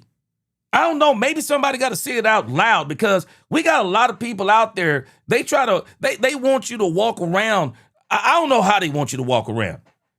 But understand this. You can be excited about your team while at the same time saying what Brian Schottenheimer's been saying and saying the same thing I've been saying. For as excited as I've been saying I am about the defense, I keep saying the same thing. I got to see it on the field. What did I say earlier? I'm excited about this defense. I'm excited about this team. But I want to see it in Oxnard, California. I want to see it with the pads on. I want to see it in the scrimmage against the Rams. I want to see it because that was the telling point of last year. You can be excited about what they're doing and be happy about your team while at the same time saying, I want to see it on the field. There's nothing wrong with that. Two things can be true. Joe. Joe Hoyt, Dallas Morning News. Dak said that Quinnen Williams told the guys that he has never been to the playoffs in his 7th year. Crazy. Yeah. How hungry do you see Quinnen Williams, and what can it do for a team to see that a guy like Quinnen Williams in the time he spent in the league hasn't been to the playoffs? Yeah, it's interesting. When we traded for Quinnen last year, and the first time I met him, he had told me that, which I think is incredible. Now, he had great success at Alabama, and so he's been around winners. But I was surprised because he's such an elite player. I think it proves a couple things. One, our game is not based on having 1 or 2 or 3 elite players. It's about the collective team. It's about 3 phases: offense, defense, special teams. But there's a hunger there. And he said to me, he goes, Coach, all I want to do is win. I just want to win, So it's not about the money. It's not about the, recognition I get. He goes, I just want to win. And when some of your best players are wired like that, as a coach, it's really motivating because, the things I'm saying to them up in front of the room, they believe those things, and they're going to echo that in the locker room with maybe some of the younger guys that don't know that Quinnen's going into year 7 or 8, whatever it is, and guys not played in a championship game. He's never been to the playoffs. Wow. That's incredible. So we're going to get him there. That is incredible. Now, I want you to check this part out. We got a lot of people that got mad that the Cowboys didn't get Myles Garrett. I'm going to say something that's going to make people mad. And I'm not worried about making people mad. And I'm sure it will reverberate to some other people, and they'll probably be speaking against it. But I don't care. Y'all ready for this? This is going to make some people mad. People were mad that the Cowboys didn't go get Myles Garrett because people say that's a championship level move. And that proved that the Dallas Cowboys, that proved that the Rams wanted to win. You know what's funny to me? People are not giving us enough credit. Our own fan base don't give us enough credit. We actually did make a championship move. We made a Myles Garrett move. You want to know who it is? The player that he just mentioned, Quinnen Williams. Don't care who like it. Don't care who like it or hate it. Quinnen Williams is a championship level move. Quinnen Williams is arguably the best defensive tackle in the game. And you can put him no less than 3. Quinnen Williams is the de facto standard of what you want a defensive tackle to be. Who else are you going to mention? Chris Jones? Quinnen Williams. I don't think we realize how incredible that move was. That was an incredible move. The reason why it doesn't look like an incredible move yet is because we didn't have the system around him and we didn't have the players around him. What have I told y'all about dominant players? Dominant players need players around them so that they can dominate. Michael Jordan was a dominant player. He didn't start to dominate until he got Scottie Pippen and other players around him and Phil Jackson as the coach. That's when Michael Jordan began to dominate the league. That's when he started going on three-peats, when he got the players around him. When you are on a team where you are the team, you got to do everything. You're the highlight of the team. Either there's not talent around you, or either there's not a system around you, or there's a combination.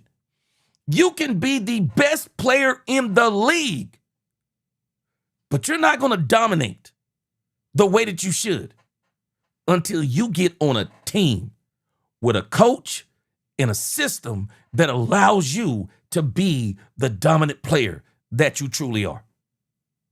That's why Quinnen Williams hasn't sniffed the playoffs. How do you be as good as Quinnen Williams and you haven't been to the playoffs? The coaching and the team around you. Bottom line. I don't care who it makes mad. We've already made the Myles Garrett move. It was Quinnen Williams. We went out there and got a top 3 defensive tackle. And he's not 35 years old. We did that. We did something similar to what the Rams did. The Rams gave up Verse, went and got Myles Garrett. What did the Cowboys do? The Cowboys gave up Michael Parsons, and there was some. Do y'all remember this conversation last year? It was one Colin Cowherd who was saying, if I'm not mistaken, I think the player he was talking about was Verse. But there were people out there who were saying that Verse was on the verge of being as good as Michael Parsons. I don't think he's as good as Michael Parsons as far as a pass rusher goes, so we're not going to play that game. But Verse is really good. The Cowboys traded Michael Parsons, 2 first-round picks, got Kenny Clark, parlayed one of those picks into Quinnen Williams. That was our Myles Garrett move. That was our Super Bowl move. I understand if y'all want more. I want more too. I would love for the Cowboys to go get Jordan Brooks because I think they're going to circle the block on that move one more time. I would love for the Cowboys to add any player that they believe that can help this team. But let us not dare say that they haven't made moves that proves that they are all in. Because Quinnen Williams was an all-in move. Whether people accept it or not, he was an all-in move. And we got people out there poo-pooing it, acting like it's nothing. Tell me if you want to win a Super Bowl. Tell me who your defensive tackles are. I don't actually need to know who your edge rusher is. Because last time I checked, we ain't got these high-paid edge rushers out here winning Super Bowls. Tell me who your defensive tackles are. Tell me who your offensive tackles are. The Cowboys did that. They went and got Kenny Clark, and they went and got Quinnen Williams. If you don't think that's an all-in move, I can't help you. I can't help you. I'm not even worried about it. If anybody want to disagree, I'm not worried about it. But this dude, Quinnen Williams, was an all-in move. It was an all-in move. And this is why you're going to see something about Myles Garrett. I'm not going to be shocked if Myles Garrett don't get 20 sacks. I'm not going to be shocked if he gets 20 sacks or 25 sacks. But I wouldn't be shocked if he doesn't get 20 sacks. Why? Because now he's going to be playing on a team.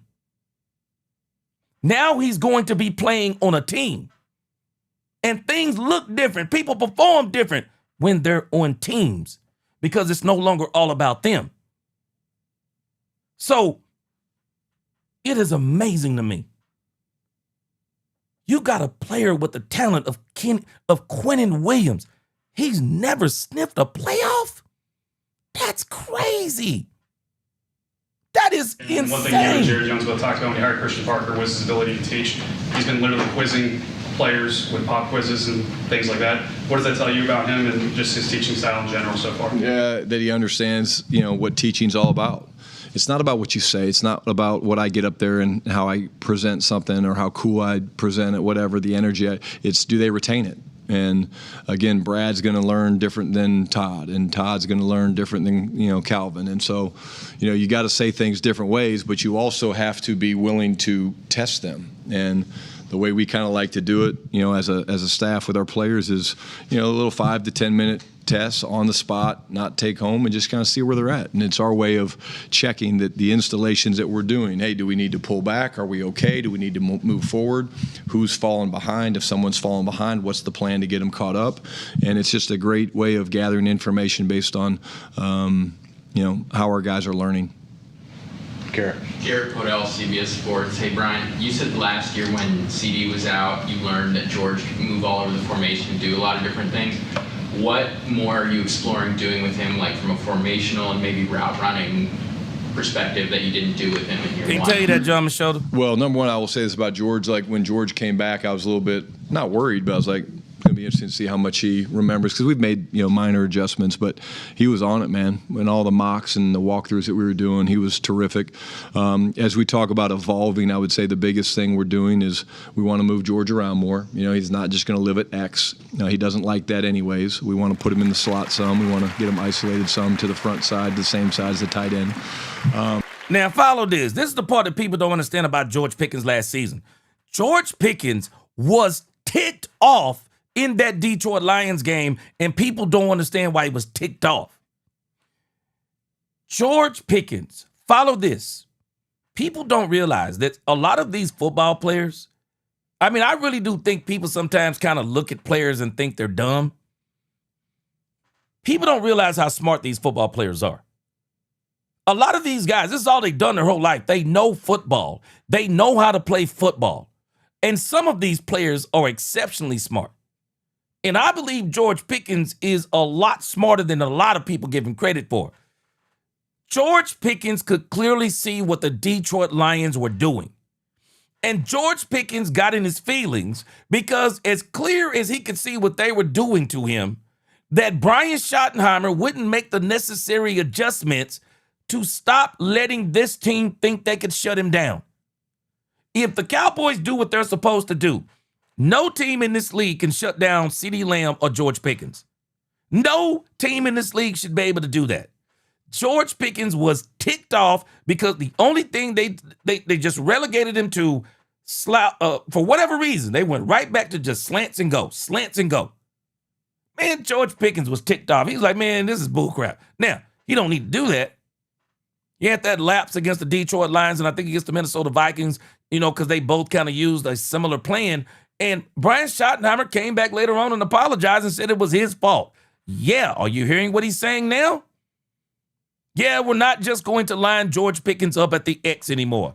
Bravo, Brian Schottenheimer. Bravo. Do not just line up George Pickens in front of someone and says because he's 6'3" and he can go up and get the ball, we're going to just run slants and goes. No, this man is versatile and we know it. So this is one of the ways you can evolve the offense. But the biggest thing is also having compliments off of routes that I know everyone's running. Last year, you guys basically tried to stop our slant game because he was so good at slants, and you guys kept asking me about it every week, and so everybody kept jumping inside and making it hard on us. So I appreciate that. Thank you, guys. Yep. Coaches appreciate that for making us work harder. But, slant and go. Is that what you want, Todd? Okay, let me write that down. Hold on, let me write Sluggo down here. That's the biggest thing is how do we complement the things that we know he is so good at, that the whole league knows, the whole world knows he's good at, but we've got things off of that. And, he's a fun tool to mess around with. How many of y'all last year was screaming Sluggo? How many of us last year was screaming Sluggo? We could not figure out why were they not implementing that into the repertoire of George Pickens. Yeah, that's what we're talking about. This man is too doggone good. You got to use him in different ways. I said Dak had like knee soreness, but then he ended up playing in the 11-on-11 team drills yesterday, so that's not an issue for him.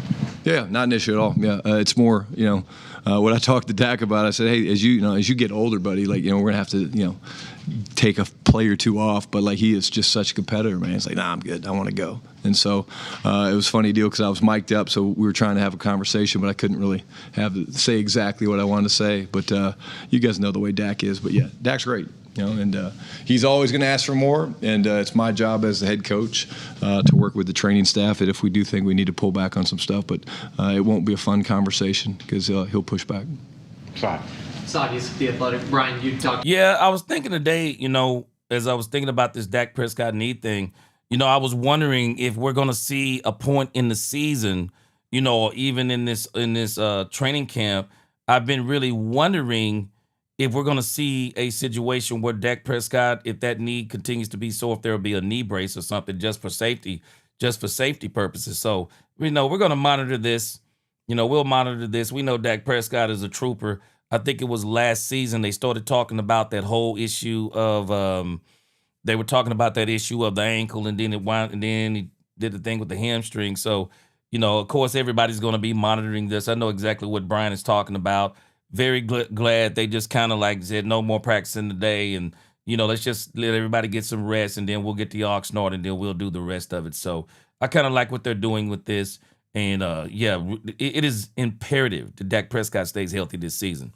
Country Field said, when we come together like we're supposed to, we can be unstoppable. 2 or more touching and agreeing, good things happen all the time. All the time. All the time, man. Larry Hunter said, not getting Myles Garrett is like not missing what you never had. Yes, amen, Walls. Yes, sir. Whiskey Weenie said, a lot of these fellas on defense will be so much better from the explosive experience we just brought in, and they've never had to gel. Yeah. Tony Hubbard, this is a very good point that people don't understand. This is how the Eagles destroyed the Kansas City Chiefs in that 2025 Super Bowl. 2025, let me think. 2020. Yeah, the 2024 season. Yeah, the 2025 season. This is how they destroyed them in that Super Bowl. Whichever one. I'm mixed up on it, but you know the one I'm talking about. The Super Bowl before last. The pressure up the middle destroyed Patrick Mahomes. There was nothing he could do. There was nothing they could do. They could do nothing with the Eagles because of the pressure up the middle. There was nothing they could do. Yep. Pressure up the middle affects the quarterback more than off the edge every single time. Yeah, Ruger. I believe the Cowboys got everything they need to get into the dance. Robert, but I think they're going to continue to tweak. Robert Dudley said we went interior because our defensive ends didn't get us there. Yep, that's it. Got to go up the middle. Texel said, love the fact that you stood against a horrible name that flashed quickly on the show. Oh, yeah, I couldn't do that, man. He made some very good comments, too. I hate that, because he had some very good, but I couldn't do that, Texel's guy. Couldn't do it. Appreciate you. Appreciate the encouragement. Yeah. About Jordan. Yeah, they need to hear me about Jordan. They need to hear me about Jordan. No doubt about it. What's going on, Stephen White? Salute. What is going on? Antoine DC4L said Dallas has a massive fan base, but not all Cowboys fans are actual fans. Ups and downs happen. Accepting all of it is being a fan. Riding the highs and sheltering when we are down makes you a bandwagon. Yeah. Yeah, Whiskey Weenie, he said get those likes up. Y'all make sure y'all hit that like button. Let's get this out into the algorithm. Yeah, there will be blood. I'm still holding out hope, but I think the Cowboys are going to circle the block. I think the holdup is that the Miami Dolphins want a 3rd round pick, and it's not just the Cowboys. Obviously, there's a lot of other teams that's not willing to give that up either.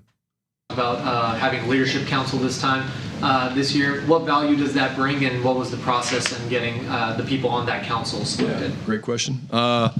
So I didn't do it last year. Last year was more about, one voice for me. Like I wanted to be the voice. I think, years past year, there's been a lot of people that talk to the team. And I just think as the head coach, especially certainly in year one, you kind of, it's not about what I'm saying, but it's more about things don't get lost in translation. But I've also believed for my entire career that you want the locker room to lead this football team. This needs to be a player-led locker room, and so I have to afford those guys opportunities to have a voice. And so the way the selection process went, and I'll get more into depth about it in training camp. I don't want to do it right now, but I got with the coordinators. We wrote down a list of guys that we thought would do a great job. It's not just your best players. It's guys of influence, guys of character, guys that aren't willing to, speak up. They're willing to have hard conversations. And so really, really excited about it. We leaned a little bit on O2X, who's kind of a partner of ours, special, You know what? Let me highlight this thing you said, Jabril Quinn. See, people do not understand what you're saying here. There's a lot of people that don't like what you're saying here. But Brian Schottenheimer is saying this. And you get people, the first thing they start talking about, we heard Bobby Belt. No disrespect to Bobby Belt. But we heard Bobby Belt talking about that the Cowboys may be looking at pass rush by committee, and then they may get too far into this thing and figure out that it doesn't work, and then they have to do something desperate at the trade deadline. I don't agree with that. I actually don't agree with that. You got to, at the end of the day, the Cowboys, I believe, know what they're doing. They don't want the team that they had before. This defense came and went with Michael Parsons. We watched the Dallas Cowboys defense for 3 years straight come and go with Michael Parsons. The Cowboys don't want that anymore. They are wanting to build a team with a system to where the system helps the players to be successful. And the players buy into a system that helps the team be successful. That's what they're trying to do. So that if somebody, happens to get injured, that you got depth enough that you can put somebody in there and the whole defense doesn't break down. That's what they're trying to do. And people don't appreciate that. Because people, for as much as they talk about team, they also get hooked on superstar players. They get hooked on names. They get hooked on all of those things. But I don't think they're necessarily trying to create a nameless defense, because we actually do got some big names on this defense. But I do believe they're looking at the last few Super Bowl winning teams, and you look at their defenses, and the players on the defenses didn't become names until after they won Super Bowls. That's what happened. Those players didn't become names until after the Super Bowls. Yeah, now they're names. But before those Super Bowl wins, they really were not names. And so this is where the Cowboys, they're trying to build a team. Christian Legal said, new identity. Yeah, Larry Hunt, I've been saying this about the team. They're trying to build a team. Teams win Super Bowls. It's a lie. We keep saying that that quarterbacks win Super Bowls. No, they don't. Quarterbacks win Super Bowls on great teams. When you got a great team, all the quarterback has to do is his part. He doesn't even, people keep saying, yeah, Dak Prescott, he's got to play outside of himself. Well, we never asked Troy Aikman to play outside of himself. The doggone defense in the first Super Bowl against the doggone Buffalo Bills, they went and knocked Jim Kelly's slap out the game. How much easier do you think the game became for Troy Aikman? When the Dallas Cowboys defense knocked Jim Kelly into Disneyland. How much easier do you think it made that game? You don't think that some of those turnovers were because they knocked Jim Kelly into the next season? Literally. They knocked him into the next season. Troy Aikman was getting short fields and everything. Why? Because the defense came in there and said, this is our Super Bowl. There is not one Super Bowl that the Dallas Cowboys won with Troy Aikman to where anybody said, Troy Aikman, man, he played outside of himself. Troy Aikman put the Dallas Cowboys on his back. No, he didn't. No, he didn't. Those 90 Super Bowls were won by teams. They were won by teams. And people don't even realize about the 90s Cowboys. It wasn't until after the Super Bowl, after the Super Bowls, that people started talking about the Dallas Cowboys players as superstars, because nobody was calling Troy Aikman a superstar the year before they won the Super Bowl. If anything, they were thinking about Steve Berline. Now, people were already kind of leaning towards that way with Emmitt Smith. Michael Irvin, injured early in that career with the Cowboys. A lot of things start coming together with that Cowboys team in 92, and it came together fast, quicker than anybody expected. Somebody mentioned it earlier. Repost what you said. I think it was Butter Soft. I meant to read it. I forgot to read it, Butter Soft. But Butter Soft said the same things, and I mentioned this the other day, when Jerry hired Jimmy, when Jerry took over the Cowboys, people were as critical and more critical then than they were even today. They were more critical. They were hating on the Cowboys so bad it was insane. Antoine DC4L said people criticize us for not signing Parsons and dropping that massive contract on one player. But if we did and weren't any better, we would be called dumb for doing that move. They don't care about us. Yep. And I always laugh. Nisi isn't on here today, but Nisi said a great statement. The same people who be talking about they love our guys be the same people crying for our guys and wanting us to wreck the franchise over a guy. Same people. Jose, people don't understand how great those Super Bowls, those defenses were in those Super Bowls. Krishna Guy, appreciate that super chat. He said everyone thinks one player wins a Super Bowl, but it's a team effort every single time. It doesn't mean that a player like Charles Haley doesn't help you out. But Charles Haley ain't gonna help you out if the team isn't in sync and playing well. When you get a player like Charles Haley on the right team, that's when that team begins to dominate. Warfare group that we've kind of hired as an outside consultant, they deal with this all the time, and so they kind of helped us brainstorm some things. But I'm thrilled about the guys on the council. We've had a couple meetings, and we've already had a few things that we're going to adjust based off their recommendations. I told them, I said, you guys aren't getting everything you asked for, but bring it to me and we'll consider it. And so I think it gives those guys a chance to come to me when they need to. I have nothing to do with it other than when they report back to me. So it's truly them solving problems, them addressing issues, them pointing out things that they'd like to see changed. So was the coaching staff selected, or was it locker room input? How did? No, coaching staff brought some names up. So Christian did, I did, Nick Sorensen did, Clayton Adams did, Ryan Feeder was obviously involved, and then I ultimately made the final decision. And 11 guys. I'll give you more details when we get into training camp. And then aside from Mike McCarthy, you almost exclusively work with defensive head coaches. Your father, Rex, Jeff Fisher, Chuck Pagano, on down the line. So you said you wanted to be more present with the defense this time around. How much do you take from all those experiences with defensive head coaches that you've worked on with? Yeah, I think, probably the number one guy I say I was affected by, other than my dad, was Pete, because Pete did a great job of coming over and explaining to me why certain things that we did, created problems, or why things were easy. And hey, but if you do this, it goes from easy for them to hard. And that's kind of what I'm doing for the defensive staff. For example, there's some protection things that, I know how the league blocks certain looks, and it's like, if you take this piece and you do that, it's a lot harder for us than if you do it where you have that guy.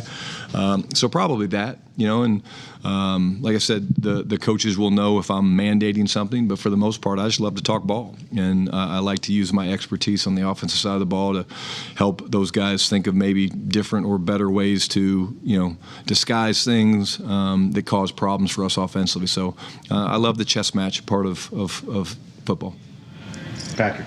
Hey, Coach Patrick Walker, DallasCowboys.com. I suppose it could be said that the Cowboys offseason doesn't start until you guys sign a UFL player. So you're looking to add Chris Glazer. The question is more so just in general. Now, y'all might not remember this, but let me remind you. Did y'all remember what I told you? The Cowboys have 3 opportunities to improve this team. 3 more opportunities. One of those opportunities, what did I tell you? The UFL. I told you. I told you. I knew it, man. And I don't really think, to be honest with you, this year, I don't think the Cowboys have necessarily made a move on a player that is going to be, at least as far as I don't think they're going to be on the team impactfully, but they will be able to help impact the actual Oxnard, California experience. They'll be a part of that competition. But the Cowboys, man, they continue to look for ways to improve the team. And July 15th, watch what I tell you. That's going to be another opportunity. I'm not going to be surprised if the Cowboys go in, after July the 15th. And this may be when the Jordan Brooks thing happens. I'm really going to, we're all going to have our eye on July the 15th. But I wouldn't be surprised if that's when a Jordan Brooks move is made. Somebody's going to probably make a move on Jordan Brooks, because that's going to be when everybody's going to get into training camp. So there's really not a rush, probably by everybody at this point, to get Jordan Brooks. But the more things we keep seeing come out of Miami, it doesn't seem like Jordan Brooks is a part of the plan. Because if he was, I feel like he'd already be extended. So it sounds like the rumors are true. They want a 3rd-round pick for him. They want a 3rd-round pick. So we're going to see. We're going to see come July the 15th about Jordan Brooks and some other players. But the Cowboys, they've taken advantage of the UFL thing. Now they're going to take advantage of, I believe, July the 15th. And then we'll start seeing other things matriculate out as we get to the preseason and things of that nature. So the Cowboys are going to have plenty of more opportunities, at least 3 to 4 opportunities. And I'm talking about before the beginning of the season. I'm not even counting the trade deadline. They're going to have about 3 to 4 opportunities to continue to improve this team. But the UFL signings, I count those more as training camp things at this point in time. Realities about why do you guys have so much success more often than not in plucking these guys from the UFL? Well, I think, what the UFL has shown is that, it's been an awesome training ground. I mean, these guys they're good football players. And so I think it goes back to Will McClay and, Alex Loomis and the pro personnel department, that they spend the time watching those games and those films and breaking them down and giving us cut-ups of certain players that we look at. Of the 3 guys that we've kind of added, with Amir Speed, Glazer, and Denzel Mims, those are 3 that are out there. There was, I think, we had 14 guys or something at the workout the other day. So we go through the same process that we do for free agency and the draft in terms of we watch the film, we bring them in, we want to get around them, we see them work out if we can. And I just think it goes to our commitment to the fact that it's 24/7, 365. We have a chance to, churn a little bit the bottom end of our roster and get guys in here that we think have value for us in something, size, speed, ball skills, whatever it is. And, we're not afraid to do that. That's part of improving and building a really, really strong roster, is not being able to make some of those hard decisions and do it late. And keep it to that question. You guys have They're doing what a lot of championship teams do. Everybody, you always want to improve your roster. A lot of people focus on just improving the top end of their roster, but the bottom end is just as important too. You got to have depth. You want depth pieces. You want to see if you can find some diamonds in the rough. You want to find some players that could benefit from your coaching, or benefit from your system. You're looking for these things. And for as much as the Cowboys, people just lose their mind every time they hear about a position group or a player the Cowboys, brought in for a tryout. Man, I'm not putting a lot of stock into that. I just think it's just if the Cowboys see somebody that could potentially help them, they look at them. And for as much as people keep talking about, they brought in running backs and whoever they brought in, I think they're speaking loud and clear. At this point, it doesn't look like a running back has stuck, because I think the Cowboys, no matter who they bring in, they're saying, well, what we have may be as good as what we brought in. And at this point, I think that's why some of them have not stuck.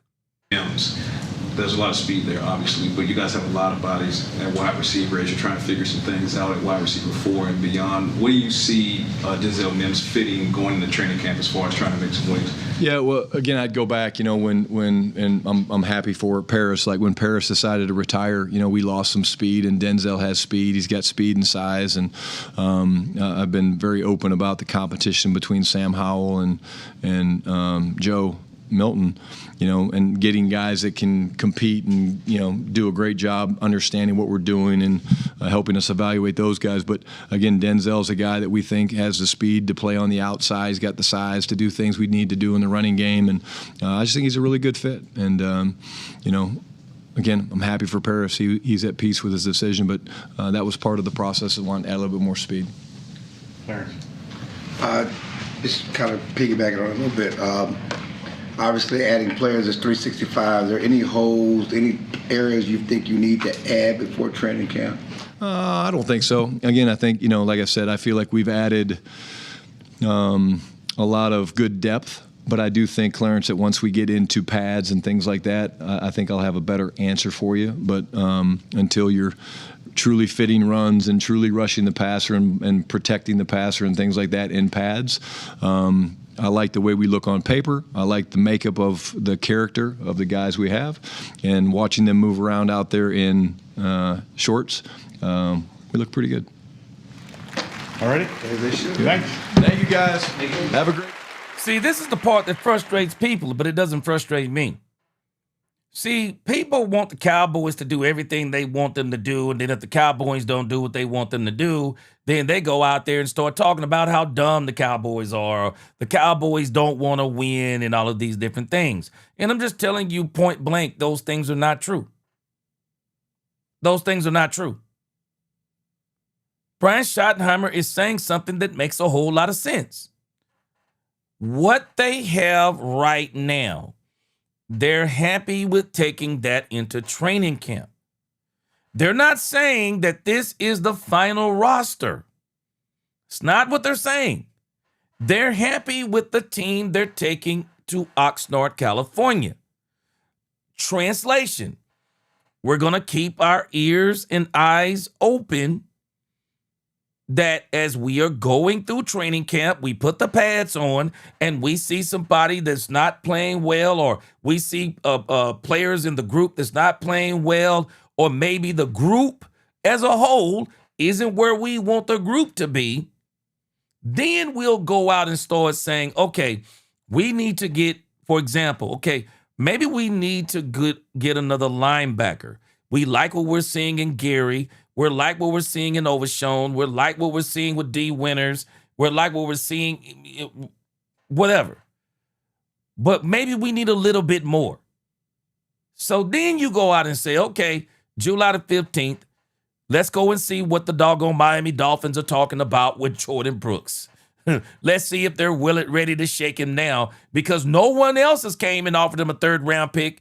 So now maybe we can come and offer them something else and maybe they'll bite this time. People get so people just get so erratic about some of these things. If the Cowboys don't do exactly what they want them to do right now. No, like Dak Prescott said, it's too early for us to be worried and looking around at what everyone else is doing. Again, people just poo-poo Quentin Williams like, he ain't nothing. Yeah, we got him, but we need more. I'm not saying that we don't need more, but let's stop acting like that we didn't just go make a move that says we want to win the championship. Stop acting like that.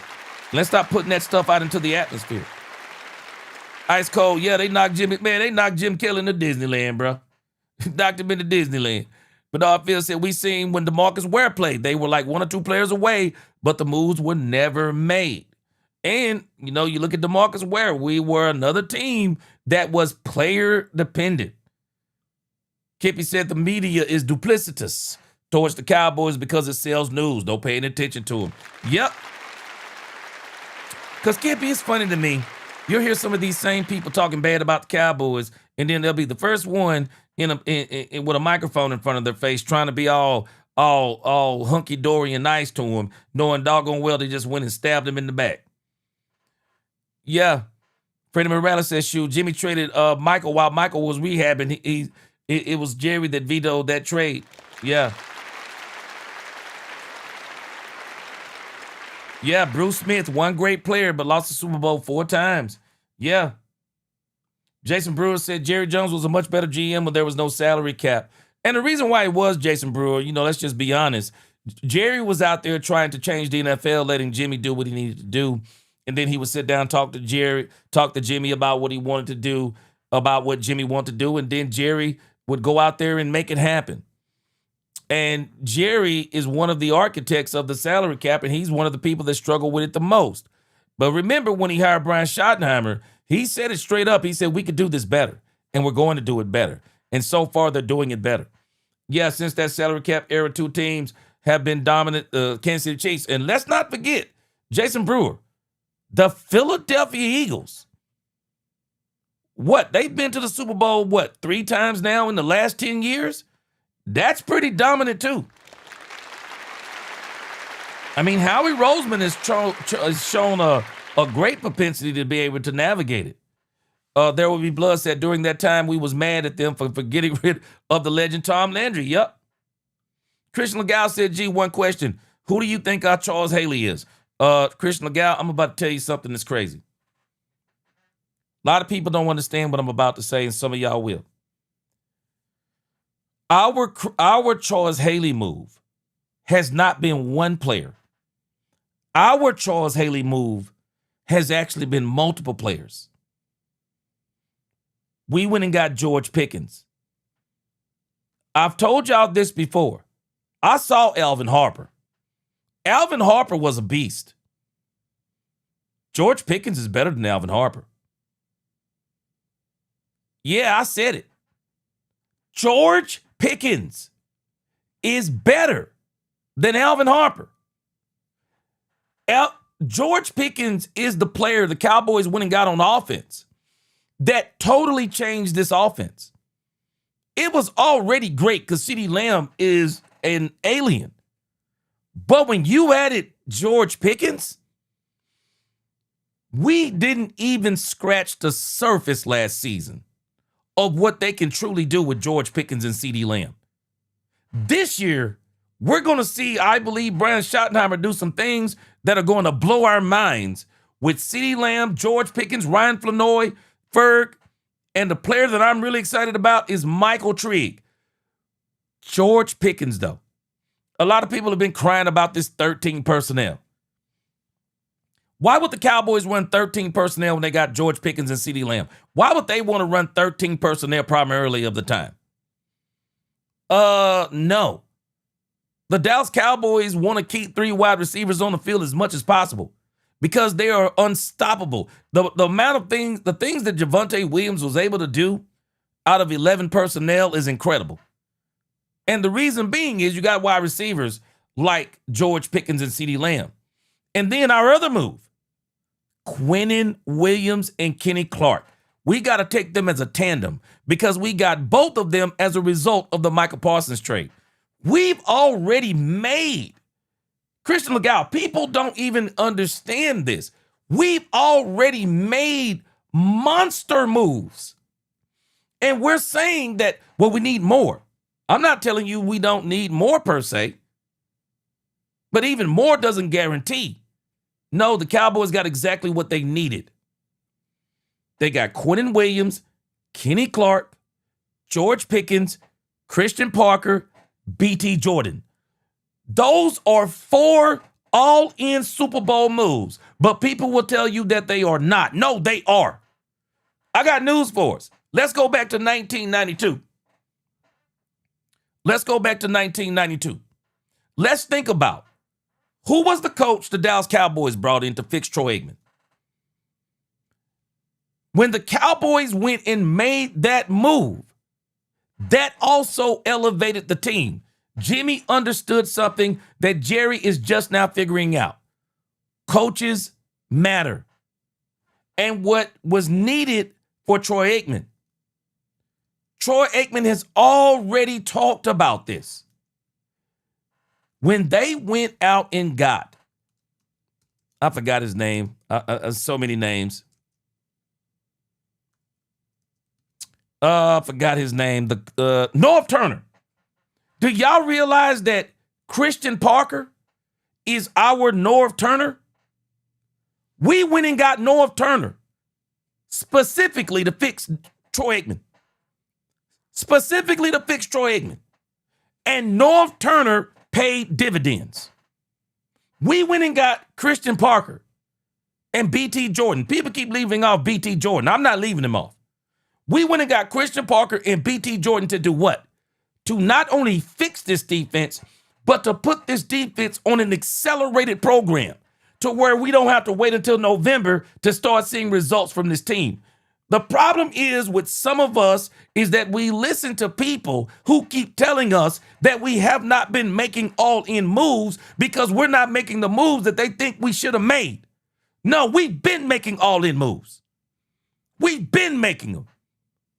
When you look at the complexion of how this team changed in just 1 year, it's absolutely incredible.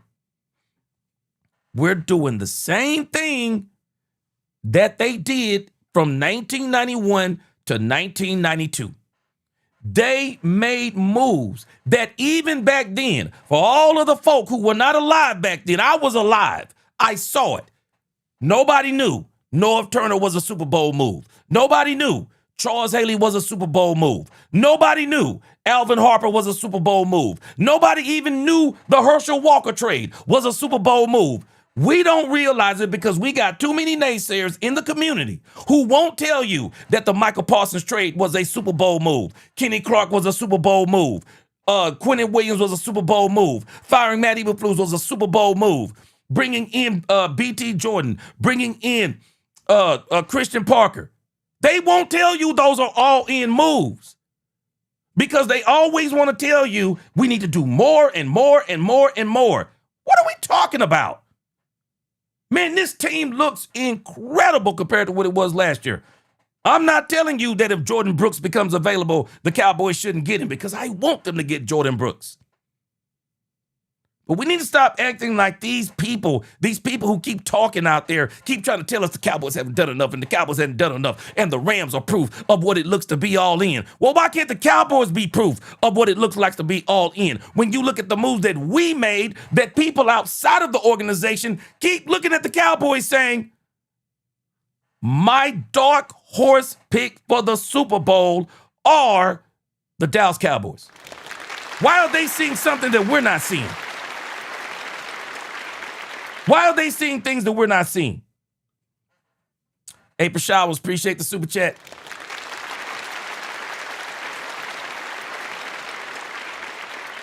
April Showers said, you have a YouTube channel mimicking your talking points, must be watching your show.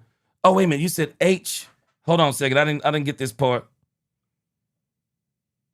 You have a YouTube channel mimicking your talking. Oh, got you. Got you. You saying that there's somebody out there mimicking my talking points. Must be watching your show. You're becoming the best in the business. Underrated and duplicated. April Showers, hey, you brought it up. I'm just going to say it. You brought it up. But April Showers, I'm telling you, I have this conversation with my wife quite frequently. And I tell my wife, I'm like, it's people out there that don't say it, but they're listening. They're not saying it, but they're listening because when I glance, I'm like, that's the talking point that I had, and now they've taken it for their own. They say imitation is the best form of flattery, so I ain't, it is what it is. But I know what you're talking about. I know what you're talking about, April Showers. To God be the glory. All right, let me read another super chat here before we move on to Dak Prescott. Frank Lawrence said, let this sink in. Dallas Cowboys signed Michael Trigg to a 3-year, $3.1 million UDFA contract. The front office is serious about winning. Frank Lawrence, you said it earlier, Michael Trigg is not your normal rookie. He's a grown man.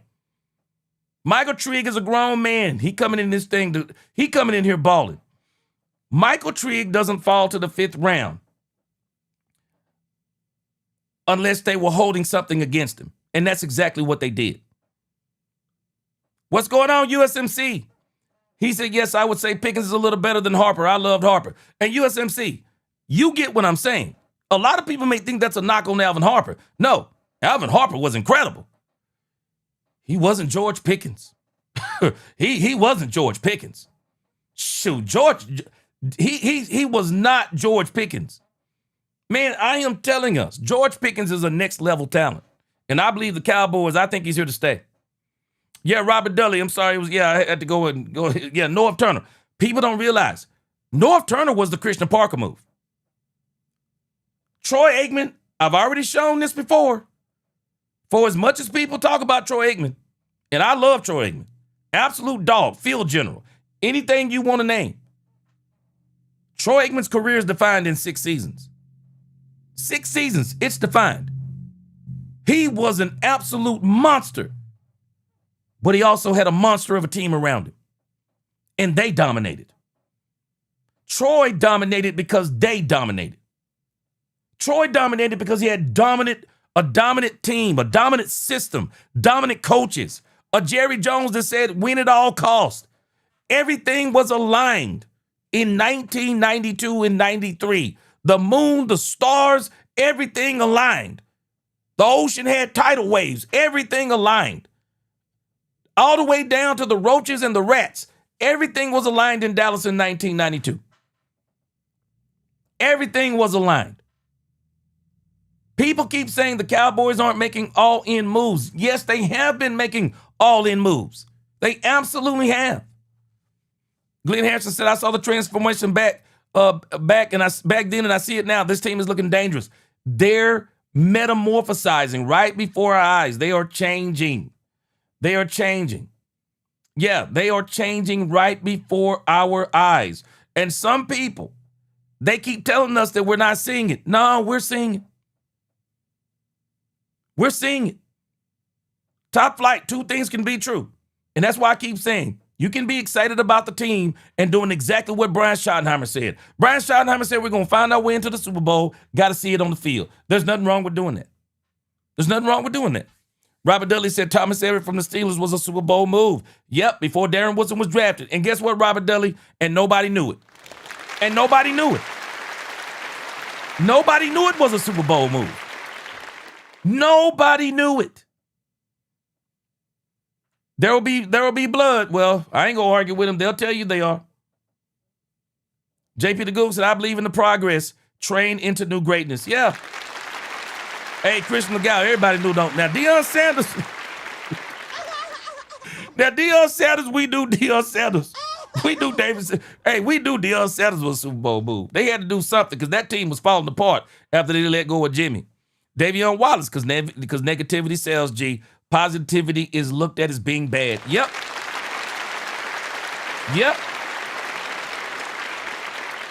Exactly. Just Lee said, love the energy you bringing. Man, I'm telling you, it's okay to be excited and say you want to see it on the field too. It's okay.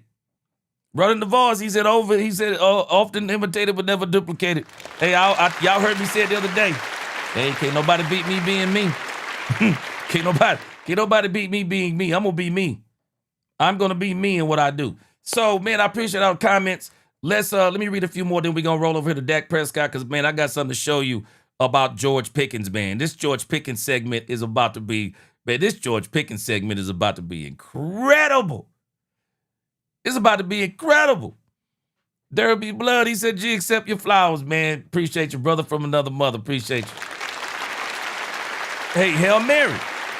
And Hail Mary, you make a great point. Harper was incredible until he left Dallas. You want to know why? Want to know why, Hail Mary? You already know this. Because he fit the system. This is why I don't want George Pickens to leave. And I believe this is why George Pickens doesn't want to leave. George Pickens has found a system that fits him. I'm not talking about just the play calling. I'm talking about the locker room. I'm talking about the culture. I'm talking about the mentality. George Pickens has found the place that is perfect for him. He's found that place. He's found it. And I believe that he's going to be here to stay. I'm holding out hope. Leah said, yeah, man, I remember little Kelvin Martin, man. I remember little Kelvin Martin. Kelvin Martin stepped up big time when Harper left. I remember it. I remember. What up, Ron Mack? What up, Tariq Salim? He said, every year we say the same thing. Nah, we ain't saying the same thing this year because it ain't look the same. Brandy, what is going on? Good to see you. Mendoza said Harper had Irvin and Pickens had CD. It's all about feeding off each other. Yeah, we got a system, man. And the thing we got to focus in on is the system that they're running. Derek Rose said, gee, sometimes when you're too close to a situation, you cannot see it clearly. Can't see the forest for the trees. The Cowboys are definitely making big-time moves that should pay Super Bowl dividends. And, Derek, a lot of people out there are saying it. Glenn Harrison said, gee, you predicted this last season. Hey, man, I'm even more dug in. I'm even more dug in. Terry Tatum said, oh, yeah, Jay Novacek was a monster. Boy, Jay Novacek was a monster, Terry Tatum. Jeremy Betts, the Michael Parsons trade and compensation paved the way for complete defensive overhaul that was able to happen with with the 7 impact players we have on defense now. Think about that. Absolutely. Absolutely. Absolutely. Top Flight said, yeah, he finally has a good quarterback. Top Flight, I love that name. Top Flight security. You look at Debonair, that avatar too, man. Top Flight. Yeah, you got a receiver to get him the ball, Brandy. Yeah, G was right. I'm just telling us. You just got to watch what we're seeing. Freddie Morales said, explain something to me. How can you be a fan of the Cowboys and all you do is badmouth Jerry and Dak? Man, yeah, boy. Hey, Fitzwicky said, don't want the Swordsby negative atmosphere. Let's keep everything. Yeah, I got the Swordsby story. We're going to talk about that in a moment. Larry Hunter, the vibes are different here this year. Yes, it is. Yes, I'm sorry, JCT Slice, you got to repost that. Yeah. Robert Dudley said, when Alvin Harper left town, then Jay Novacek retired, I saw the tea leaves leaving too. Yeah, man.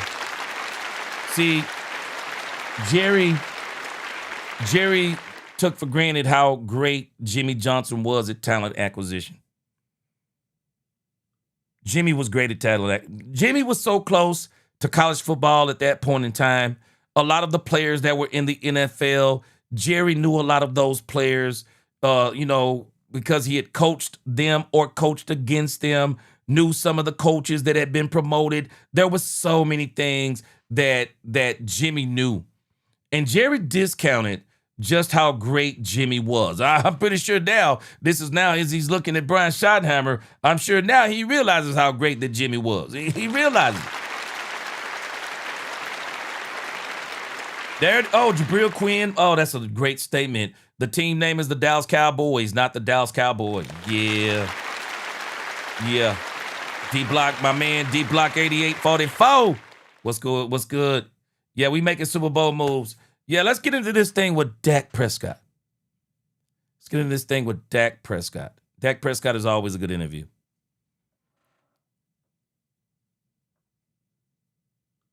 Talk about how good it feels to see George back on the field and just talk about the energy that he has to the locker room and the team. Yeah, I mean, it's great. As you just said, George being here, you feel his energy, you feel his presence. It's in the locker room. Obviously, it's out there on the football field, and just to get back and sync throwing. Everything felt good. He looks great. Know he's going to be ready for camp, and the excitement is you can feel it. Why did y'all cancel the last day of practice? Say again? Why did you cancel the last day of practice? Didn't realize. I don't know. You didn't realize it was canceled practice this morning. I mean, we were pretty much like mock walkthrough anyways today. So. How many helps guys get out of here faster? I mean, I think it's just a testament to the offseason, how great of an offseason we've had, everybody being connected. We had one of our NFL meetings, and if the guy made the free throw, we didn't have the walkthroughs, and he nailed the free throw for the team. It was great excitement there, and so, I think it's more of just, Shotty throwing a ball. I'm sure you've seen out there other teams, right, cancel the whole thing or just this or that. And I think in all my time, I don't know if we've ever actually practiced on the third day. So that's why I wasn't, wouldn't call it a cancel. Who made it free throw? The NFL security. Yeah, Rick Burkhead. Yeah, Burkhead. Okay. Yeah, I almost called him Rex, but that's his son. Rick Burkhead. But the cool thing about this thing that they did of canceling the practice, I brought this up earlier, they actually didn't cancel the walkthrough. And I think that's very important that they didn't cancel the walkthrough because that gives George Pickens an opportunity to get on the field and just walk through with the team, walk through with the installs, just walk through. I mean, that's just real smart. It's just real smart. Christian Legal said George Pickens said he loves Dallas and told Mulugeta not to mess it up. Yeah, I believe so too. I believe so too. And matter of fact, I'm gonna make sure I play that Brian Broaddus thing again when we get to George Pickens, because for as much as George Pickens said he listens to his agent, Brian Broaddus said he got on good authority that he's actually listening, that he is actually running his agent. And I absolutely love that. Frank Lawrence, appreciate that super chat. Pickens keeping quiet was a major pain, but his inspiring words to the press yesterday energized this locker room and the Cowboys fan base. You know what, Frank Lawrence, and I agree with you. It helped the team. Because again, they get to go on their break with no drama. They get to go on their break with no drama, man. None. Unless something, as Brian said, comes out later. They get to go on that break with no drama. And I'm giving George Pickens so much credit. From the beginning, George Pickens has controlled the narrative. From the beginning. No matter what anyone said, George Pickens didn't say a word. George Pickens didn't post any cryptic text. And even when people said he tried to do something cryptic, then we went back and listened to the interview when he came back yesterday. How many times did he say, Man, I couldn't even count it. That's a part of George Pickens' vocabulary. When he talks, he says, a lot. Shoulder shrug, big deal. But people just ran with it. Yeah, man, George is expressing his frustration. What are you talking about? What are you talking about? This man came out and said he was actually happy. And you know what the doubter said? No, he wasn't. They're in his brain. He wasn't happy. He just said that to please the Cowboys. If George Pickens said that just to please the Cowboys, he don't need to be here. Because that's an act. To do something to please somebody is an act. No, I believe what George said. He was doing what he was doing because that's who he is. Betty Green said, Cowboys haters, bandwagon fans, listen up. Y'all are about to F around and find out when you see them boys holding the trophy. Yes. What's up, Lost in Translation? Let me go back here. Marvin Mays said when we win the Super Bowl, Parsons is going to be salty. They going to be salty. Said we win the Super Bowl, you're going to be salty. You're going to be salty. What's going on, Bass? What's going on? We just finished the Dak Prescott thing. Yeah, Tony Casillas. Tony Casillas was great. Absolutely. Yeah, Larry Hunter said, you said it, G. GP controls the narrative, and he heard you. Man, I tell you what, I'd love to have a personal conversation with him. But he definitely, I've been saying it all along. George Pickens is going to determine the outcome of all of this. He controlled what he can control. He controlled himself. Bottom line. 11th year, a lot of people would ask, how do you improve? Because at this point, you should, for the most part, have the fundamentals down. We've talked about your footwork over the years. Someone told me you've gotten really good at playing under center. And when I went and looked at your numbers, you had 10 touchdowns from under center. Is that an aspect of your game that you've tried to improve, or is that something the team has wanted you to improve? A little bit of both. Just shoddy, kind of what he wants to do with the offense. I mean, when you're under center and you can throw the ball from under center, obviously the threat of the run is heavy there. And just you look across the league in the NFL, a lot of times guys are under center, they're running the ball. They're in the gun, it's more heavy pass. And so just be able to run the full offense from under center helps, complements everything.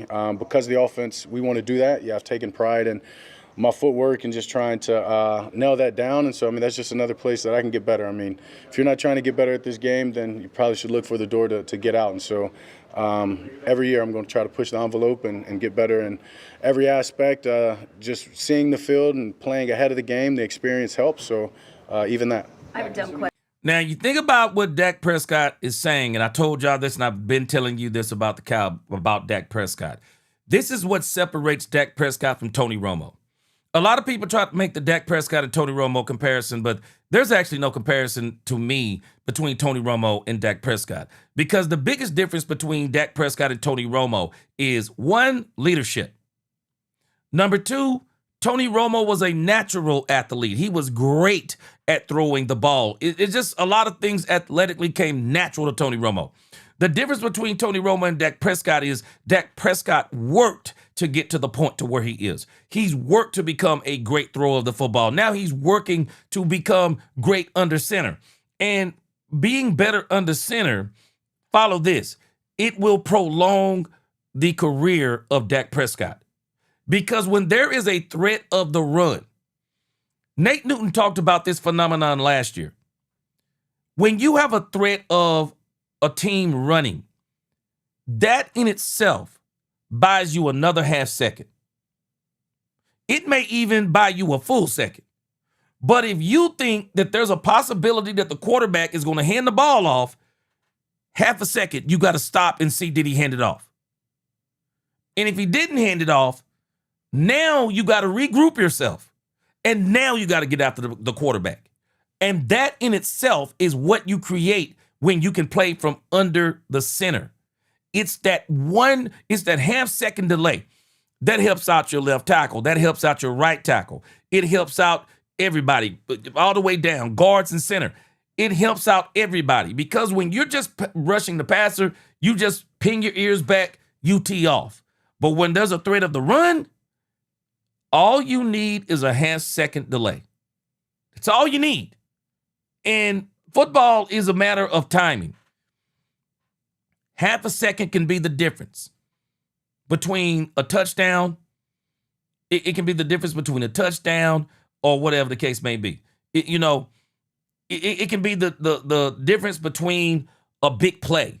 That half second, that just that little bit of pause.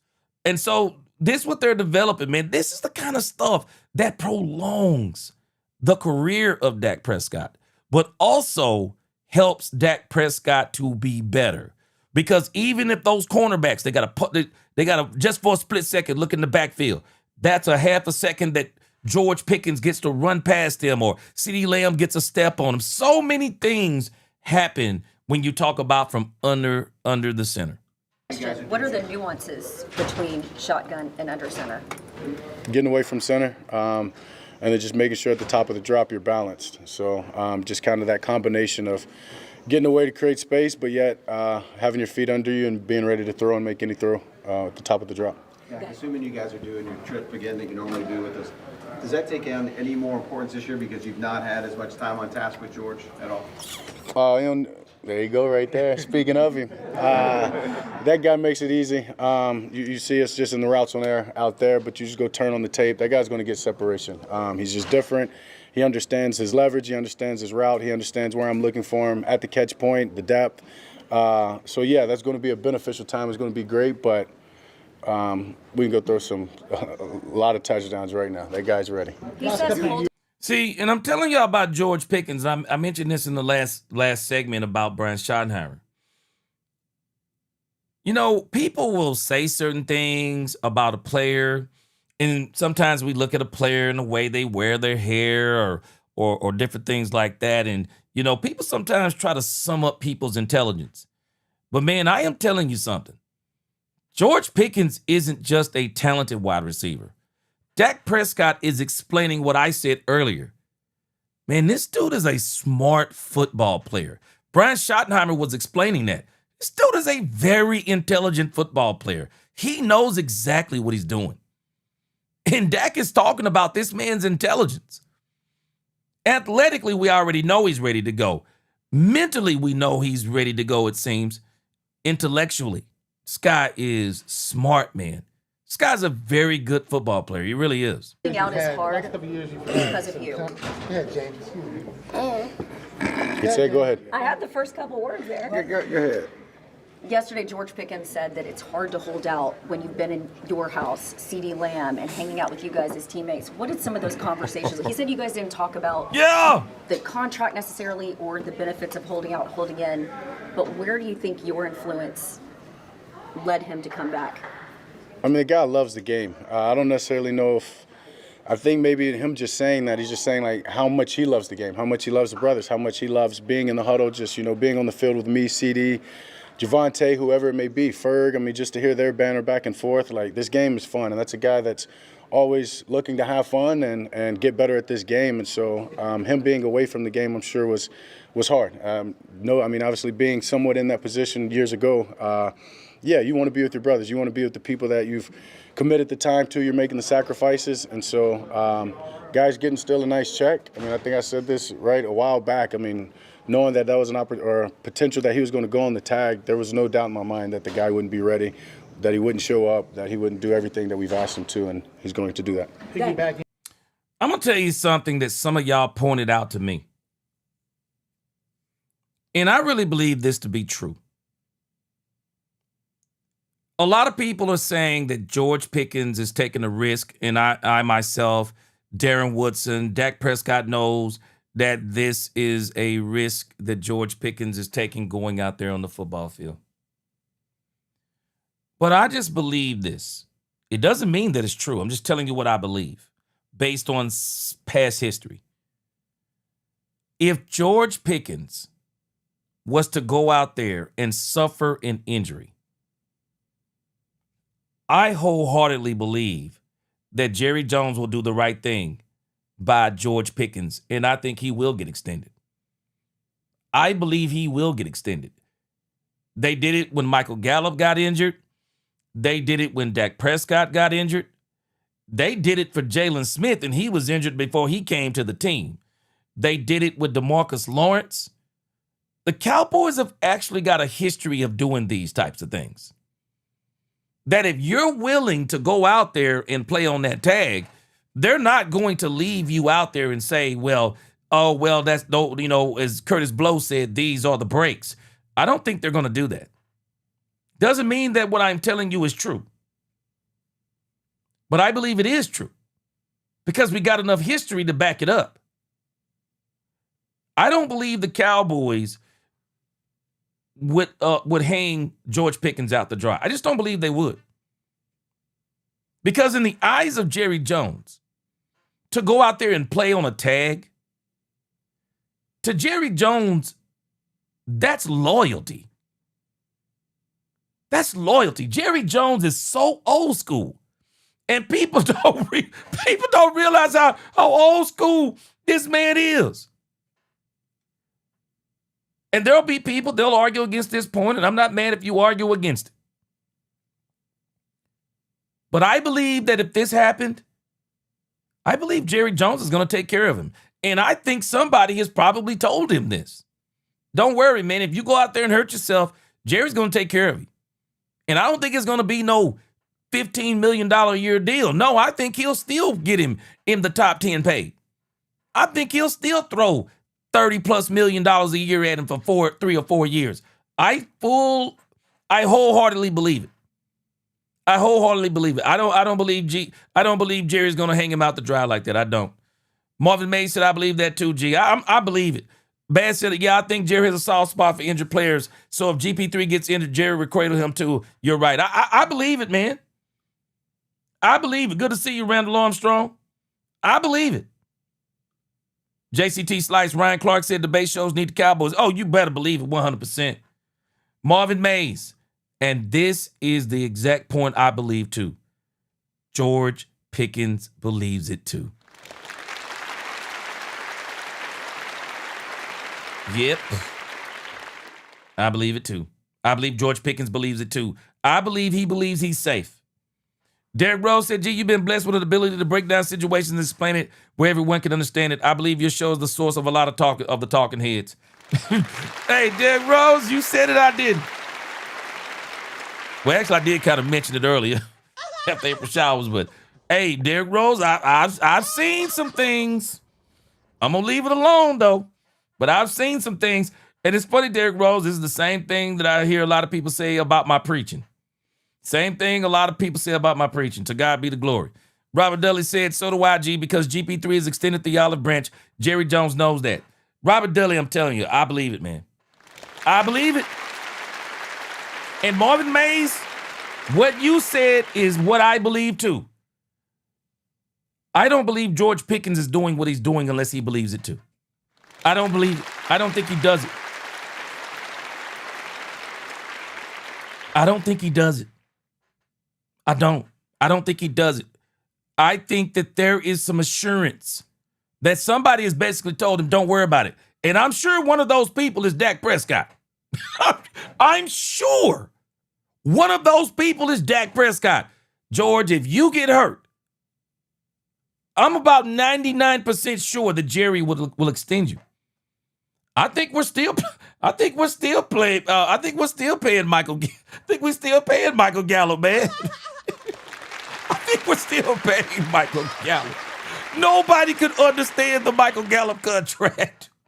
Man, Michael Gallup, the contract Michael Gallup got is one of the biggest mysteries in football, man. No, I mean, it's a mystery to some, but I believe that Jerry gave Miles, I believe he gave Gallup that contract because Gallup fought back, played, and, probably came back early, injured himself, and Jerry said, I'm paying you.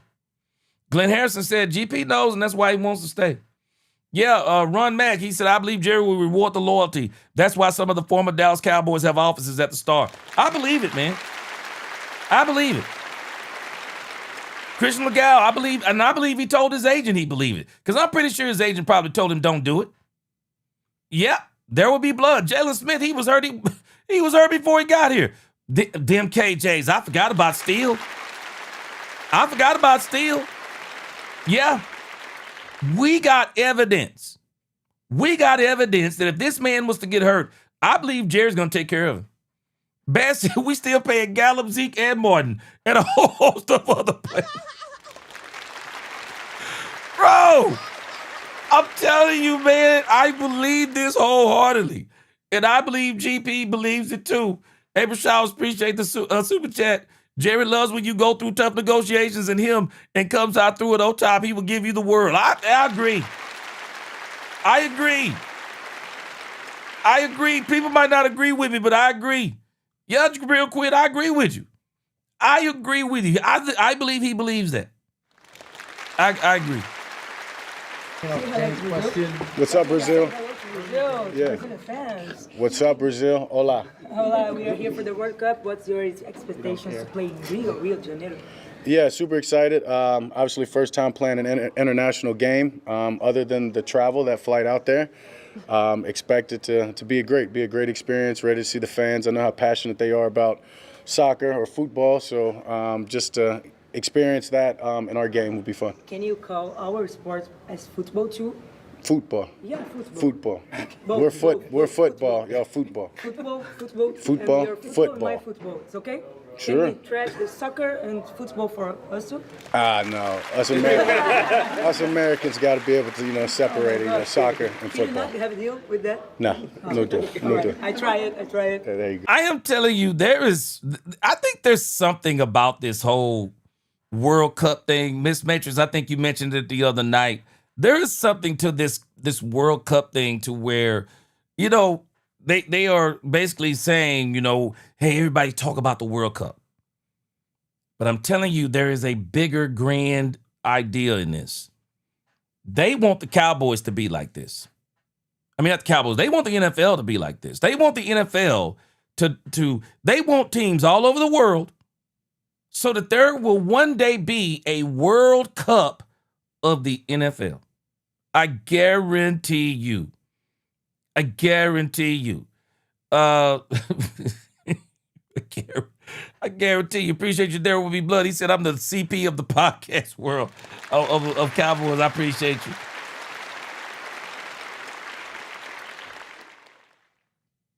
David Bass said GP3 walks into the Canada office and sees Tyron Smith name on the ledger. Edward Frazier says Jerry loves black loyal players. Man, I'm telling you, Jerry loves his players, man. He loves his players. Hey, V. Ron Cooper said players probably getting paid some commercial profit. Hey, you remember though, V. Ron? You remember back in the 90s, man, when they signed Deion Sanders, boy, there were a lot of people that were, they were accusing Jerry Jones of cheating because Jerry got Deion And immediately, Deion started getting all them endorsement deals. Boy, everybody was tripping on that, bro. Man, you get paid in more ways than one with the Cowboys. Thank you. Calvin, sir. Piggybacking off James' question. I mean, it's ridiculous. Can you ask a question, Mr. Hill? No. Tad, we about to start pointing them out again. You want me to point them out? wait to be called on. Say it with your chest. Don't get me started right now. Piggybacking off James' question, is it last couple of years you've had some contractual issues with players? Is it good not to have that cloud over the season, and especially going into camp? Yeah, I mean, for sure. Obviously. Thank you, Dak Prescott, for just saying it straight out. Same thing I've been saying. This team needed a quiet and boring offseason for a change. People think that don't wear on a team. That stuff wears on a team. I mean, every single offseason, it's a contract issue. It's a player issue. It's the player yakking back and forth in the court of public opinion. Content creators siding with the player. Media siding with the media, siding with the player. I mean, it's just a bunch of nonsense. I'm giving George Pickens a lot of credit in this because he's controlled this narrative. I'm giving Dak Prescott, CeeDee Lamb a lot of credit in this. I think they've been a part of this. And I'm giving Jerry Jones credit in this because he hasn't had himself out there running his mouth about the George Pickens situation. This is a combination of a team that is absolutely in sync. And I believe they got a plan for George Pickens. And a lot of people keep saying it's only 1 year. I'm not buying it. I'm not buying this as a 1-year deal with George Pickens. Because if the Cowboys get to or even close to a Super Bowl, you would be foolish to not bring back George Pickens. You'd be foolish. You'd be sabotaging yourself. We're used to it, so it wouldn't be absurd to have it. But it is good that, we won't have that this year. Right, George is going to be there. Wish he would get the long-term contract, but I'm sure, that's all being talked about and discussed in closed doors, and it's not necessarily has to happen immediately. So, Bass, what did we say the other day? Bass, what did I say the other day? There are conversations. I believe there are conversations going on behind the scenes that we're not privy to. Did I not say that, Bass? Cowboys Nation, do y'all remember when I said this? There are conversations going on behind the scenes that we're not privy to. And if you ask me, George Pickens is carrying himself in a way like there are conversations going on behind the scenes that we're not privy to. Let me let you hear Rain Dakota Prescott say the same thing in a different way. Say it with your chest. Don't get me started right now. Piggybacking off James' question, is it last couple of years you've had some contractual issues with players? Is it good not to have that cloud over the season, and especially going into camp? Yeah, I mean, for sure. Obviously, we're used to it, so it wouldn't be absurd to have it. But it is good that, we won't have that this year. Yes. Right, George is going to be there. Wish he would get the long-term contract. Yeah. But I'm sure, that's all being talked about and discussed in closed doors, and it's not necessarily has to happen immediately. So, hopefully these are the last of those questions, and we can, get them on something long-term whenever that's right. What did Dak Prescott say? I'm sure there are conversations going on behind the scene. Did I not say this the other day? I'm telling y'all gonna call me a prophet before it's all said and done. You gonna call me a prophet. Even Dak Prescott is alluding to exactly what I said. I said I'm holding out hope to July the 15th. Dak said it doesn't have to be done right now. Now, whether that gets done July the 15th, we're going to see. But in the grand scheme of things, people keep saying this is his last year. I don't believe it. I believe that there is a plan in place that George Pickens is going to be here for the long haul. Absolutely. Book it. I'm telling you, you're going to call me a prophet before it's all said and done. You're going to call me a prophet, man. You're going to call me a prophet. Larry Hunter said conversation regarding GP being handled close. Yes. Don't have it out in the court of public opinion. Ursa Major, he said the way GP has handled this goes a long way in the locker room, too. His teammates will fight for him. Ursa Major, did you just hear what Dak Prescott said? I want him to get that long-term deal. Yes, sir. Yeah, Robert Dudley, hint. I'm telling you, man, I said this the other day. There are conversations going on out there. Christian Legal, shout out to Dak Prescott. Dak Prescott always helps out people wearing their merchandise. He's going to help make this hat popular too. Bass said, I firmly believe doesn't tell and pick signed that tender that the Jones were going to trade him, and I was just bracing my mind for that. He said, but I think they could sign him before the season starts like Dak. I'm telling you, Bass, I'm holding out hope.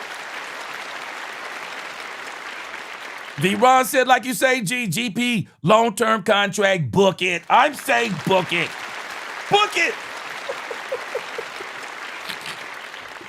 Clint Harrison said, G, let us find out you one of the insiders. Give us the first information. Shoot, boy. Man, my wife be having me laughing.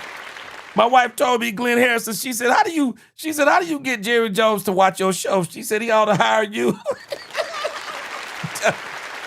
Man, I'm telling us. This all seems like these are people that are in good communication with each other, and they all got an understanding, including David Mulugeta. They all got an understanding of what's going on. Backing up Calvin's question. Has this been a quiet offseason because of that? You feel like things are quieter around here than they have been in past years? Yeah. It's a tough question. It's never quiet. Like for me, Nah, it ain't tough. No, it's never quiet. And I mean, you're saying from like you guys or the locker room or Yes, what? everything. It just seems like there's not as much ancillary stuff. Maybe. I just think that the focus is in the right place. Yeah, I mean, it's the Cowboys, right? Focus. Quiet, I don't know if that's ever the right word. But the focus is in the right place. I think everybody's channeled for the same goal, to get better 1% each and every day. And I think, from just the free agent signings, the guys that we've brought in, the vets, George obviously showing up excited to play on the tag. Yeah, we can all focus on winning and what we need to be focused on. Is this the first time y'all have won in recent years? Because it's Zach Martin had a holdout, CeeDee Lamb had a holdout, we had Micah Holden. That's what makes it quieter. Yeah. I mean, that's just you guys. We're not holding out. But just getting into camp and not having to be asked about it incessantly and being able to have the whole team together and relatively healthy at this point to really get the install going and be ready to go for the season. I'm still answering questions about it and nobody's. That part right there. Even after what GP said, still getting questions about this situation. They trying to milk it for what they can, but there is no milk for them. There is no milk. There is no milk for them. There is no milk. Bass said he respects how GP is handling it. Yeah, happy feelings in the air. Dak is trying to downplay this, but as I explained to y'all before we even start listening to Dak, nah, this is major. This is major. This isn't minor, this is major. That this team is totally focused on football. It is absolutely major. Yeah, JCT Slice said Eagle fans are hating hard on Dak now because they know if he wins, the only argument Hurts has over Dak would disappear. That's a great point. That's a great point. What's going on, Angie, my unofficial co-host? Where you been? The chat been missing you. Where you been? I know you probably been on some of them other channels. I know you got to make your rounds. Where you been? Well, we glad to have you back. We ain't gonna question you. Like when folks show up at church, I tell folks all the time, don't be questioning folks about where they been. Just be glad they back. I'm glad you back, Angie. Good to see you.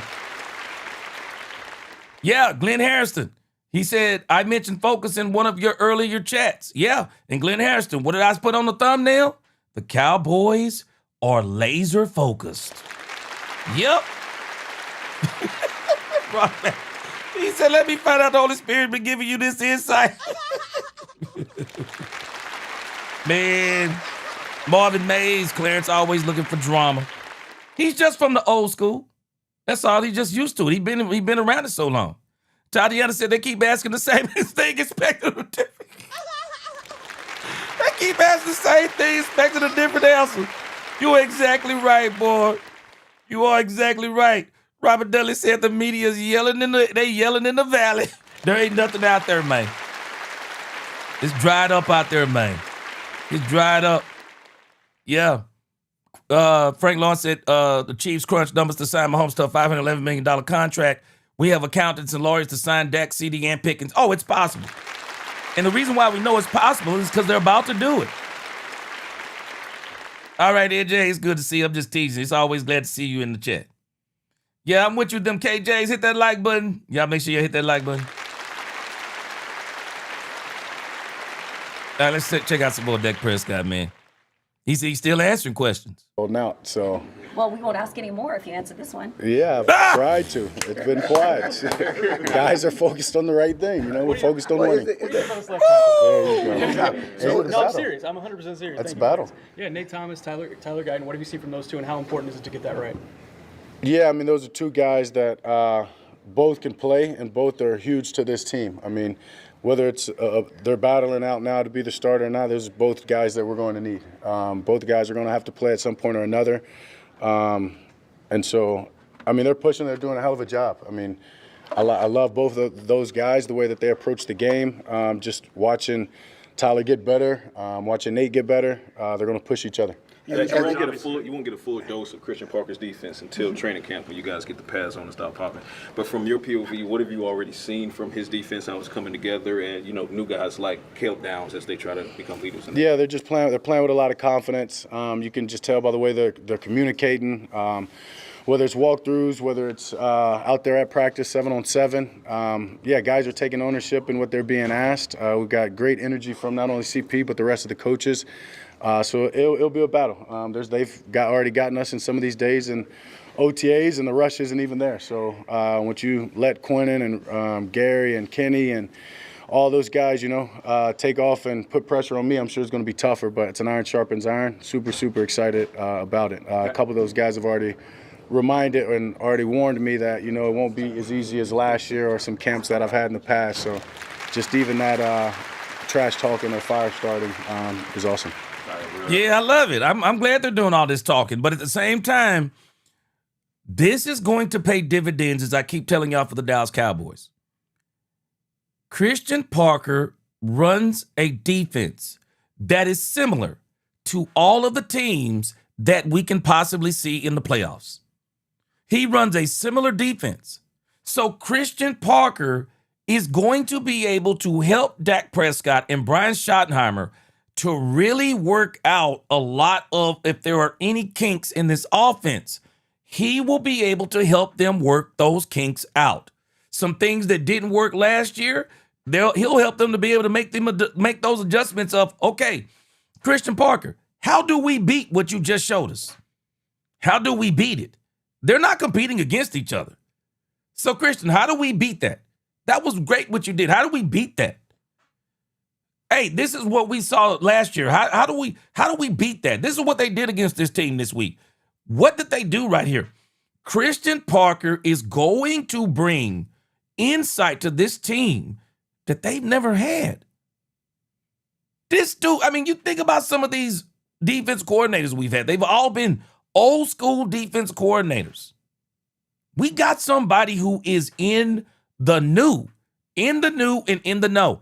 It's only going to help the Dallas Cowboys. It's only going to help Dak Prescott. We're still in off-season workouts. We like here. to trash talk. We're struggling. Yeah. Quick question just about CP's chirping during practice. Flo said that he's barking at y'all a little bit, talking some trash. Is that kind of nice to have, maybe that engagement as an offense to kind of, Yeah, no, for sure. I mean, I naturally talk trash, right? We've talked about that, and I think, and then we like to celebrate on offense, and you can just tell from CP's reactions and mannerisms as he's a competitor.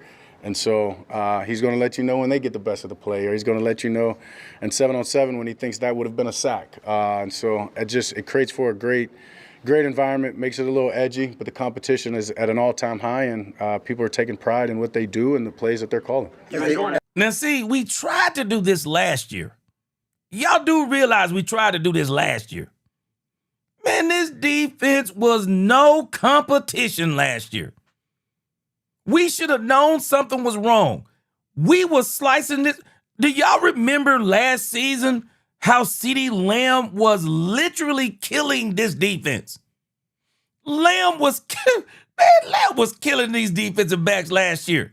And we were just thinking, oh, well, they're kind of hiding the defense and everything is vanilla. Yeah, vanilla, all right. It was vanilla, all right. Them boys got toe up. Them boys got exactly what they were doing to him, other teams did to him too. They did the same thing to him. I'm very interested to see this Oxnard, California defense. I want to see them truly challenge Dak Prescott and Brian Schottenheimer because it will only make us better. I want to see a true challenge, an absolute true challenge. I do. Because there was no challenge last year.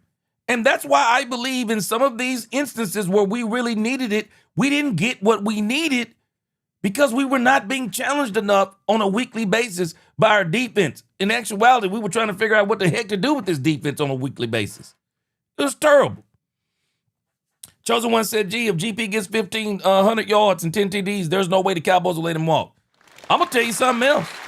I don't think he has to get 1,500 yards or 10 TDs. I don't think the talent is what they're worried about. George I believe he's going to get that contract with the Cowboys unless something falls apart. Tatiana said, yeah, gee, that was never going to work. Man, that defense last year couldn't help nobody, man. That defense couldn't help nobody last year. That thing was terrible, man. That defense was terrible. Rob Mack said this is a better defense. On paper, this defense is better. This defense is better on paper. So I'm ready to get it in Oxnard, California. Because I told y'all, I'm going to tell you again. Christian Parker is not your average hire. They did not hire Christian Parker to say, yeah, man, we're going to give you like a year and, you get it together. No, he's the accelerated program. Christian Parker in this league is looked at as a prodigy. He is looked at as a prodigy. There are big expectations. Big expectations for Christian Parker. They are looking, and he's not letting people heap expectations on him. He has big expectations for himself. That's what I like about Christian Parker. Christian Parker is one of these guys that Freddie Morales talks about all the time. He's one of these people that Freddie Morales talks about all the time. Self-motivated. Christian Parker is as cool as the other side of the pillow.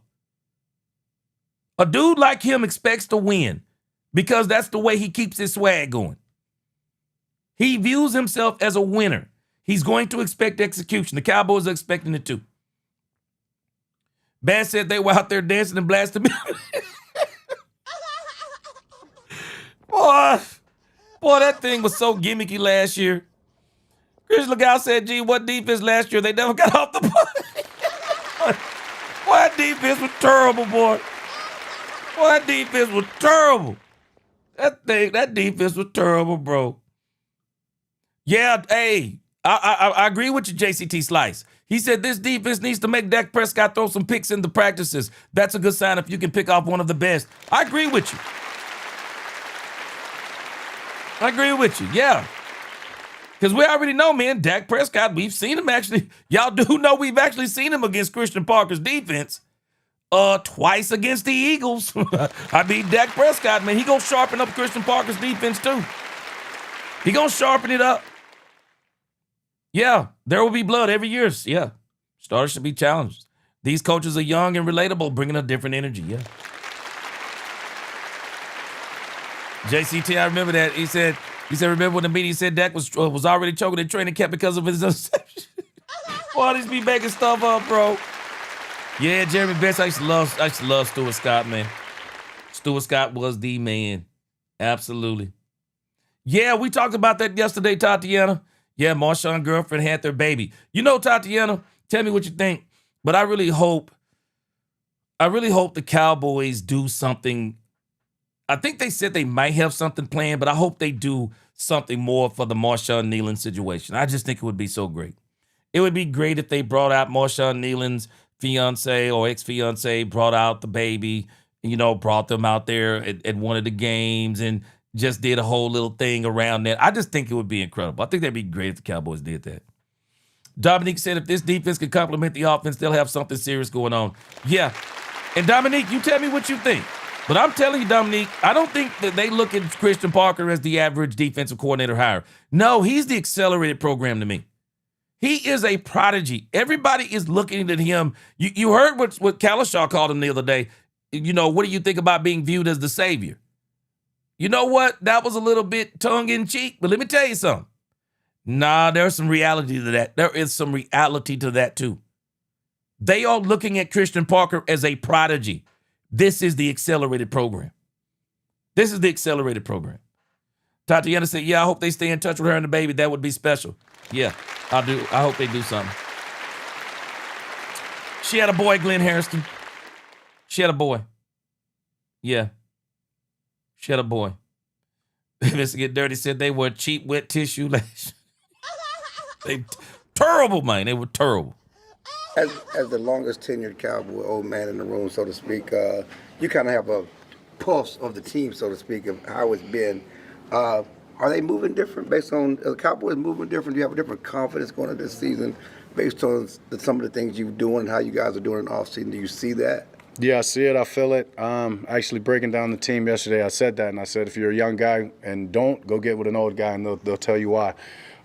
So, yeah, it's just exciting. I mean, it's what we're just talking about, the CP, the energy they're bringing on defense, who we are on offense, but yet trying to elevate, not complacent with anything that we did last year.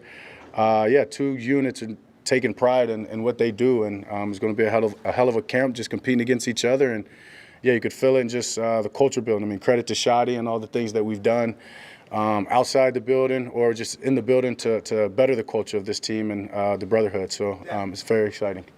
Go ahead. Let's talk to Luke Schoolmaker. He said it's a big year for him. How does he get, you said closed mouths don't get fed. How does he break into that mix if you got some? I'm sorry, Schoolmaker. Schoolmaker, I'm sorry. It's too late, bruh. Nah. Schoolmaker, Mocker. You don't wait until Michael Trigg get in the building. It's over, bruh.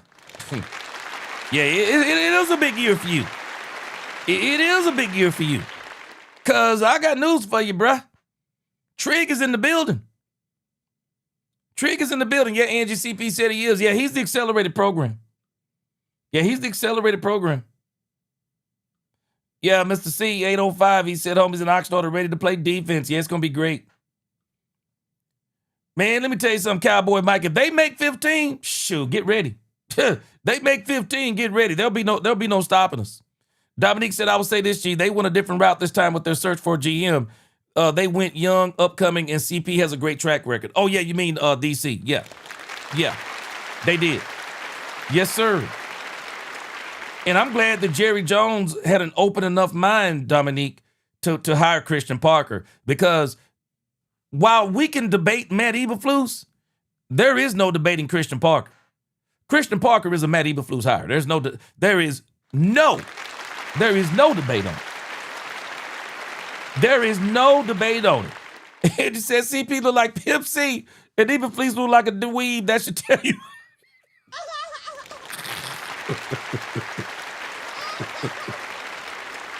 I ain't heard that word in a long time, man. He look like a dweeb. Yeah, he's got a disconnect with people too. He's got a disconnect with people. But I'm sorry, man. Schoolmaker, bruh, you waited too late, man. You waited too late. I mean, maybe this competition is going to bring some things out of you. But bro, you'll be mere trade bait.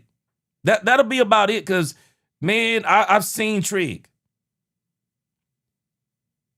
Schoolmaker not even in the same conversation. The athleticism, the hands, the speed. Hey, bruh, you waited too late. You waited too late to say, hey, it's a big year. Hey, it is a big year. It is a big year because you're going to find yourself just like Tolbert did, bro. Many other guys are kind of ahead of him as he goes into this final year of his contract. Yeah, I mean, he's just got to show up. I mean, yeah, at the end of the day, I get your question, but, I mean, that's up to the coaches. It's up to, Lunda Wells. I can tell you. Really? That group. Really? Y'all hear Dak Prescott? Yeah, I don't know what to tell you. I don't know what to tell you. You heard Dak Prescott? Yeah, that's up to the coaches. There, and each and every one of those guys want to play. It's a fortunate position that, a couple of them get to play, so, 2, 3 of the guys. But he's just got to go in there and do right each and every day, right? Make sure that he's bringing the energy, catch every ball that's thrown to him, block with the physicality that he has, use his big frame, and, make sure that anytime his number's called, he's just got to step up. And the more you do that, the more opportunities you get. You and George, obviously, it's such a... Yeah, you heard what he's saying? Yeah. I don't know about y'all, but I know what an endorsement sound like. I know what an endorsement sound like. And I also know what a warning sound like. Y'all tell me what that sounded like to y'all. Did that sound like an endorsement or a warning? What that sound like to y'all? What that sound like to y'all? That didn't sound like no endorsement to me. Man, when somebody start talking about, yeah, man, that's up to the coaches, man. You gotta go, he just gotta go in there and do what he do with his number call. That don't sound like no endorsement to me. Shoot. It's over, bro. Schoolmarker, it's over, bro. If I could tell you, man, I'd already be telling you, bro. It's over, man.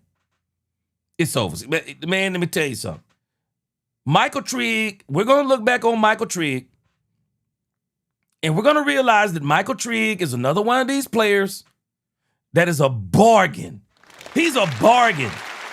To get him as a UDFA player is a bargain. Tatiana, I don't think they talked about Blue today, but from everything I'm hearing he's progressing really well. B Mix says, seems like a lot of fans want a Jim Leonard. I can't wait for them to see Jerry Jones right move at DC. Yes.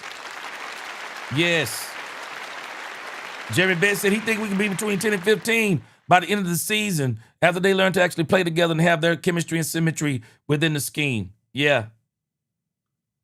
I'm with you, Demetrius. I'm surprised he's still allowed in the building.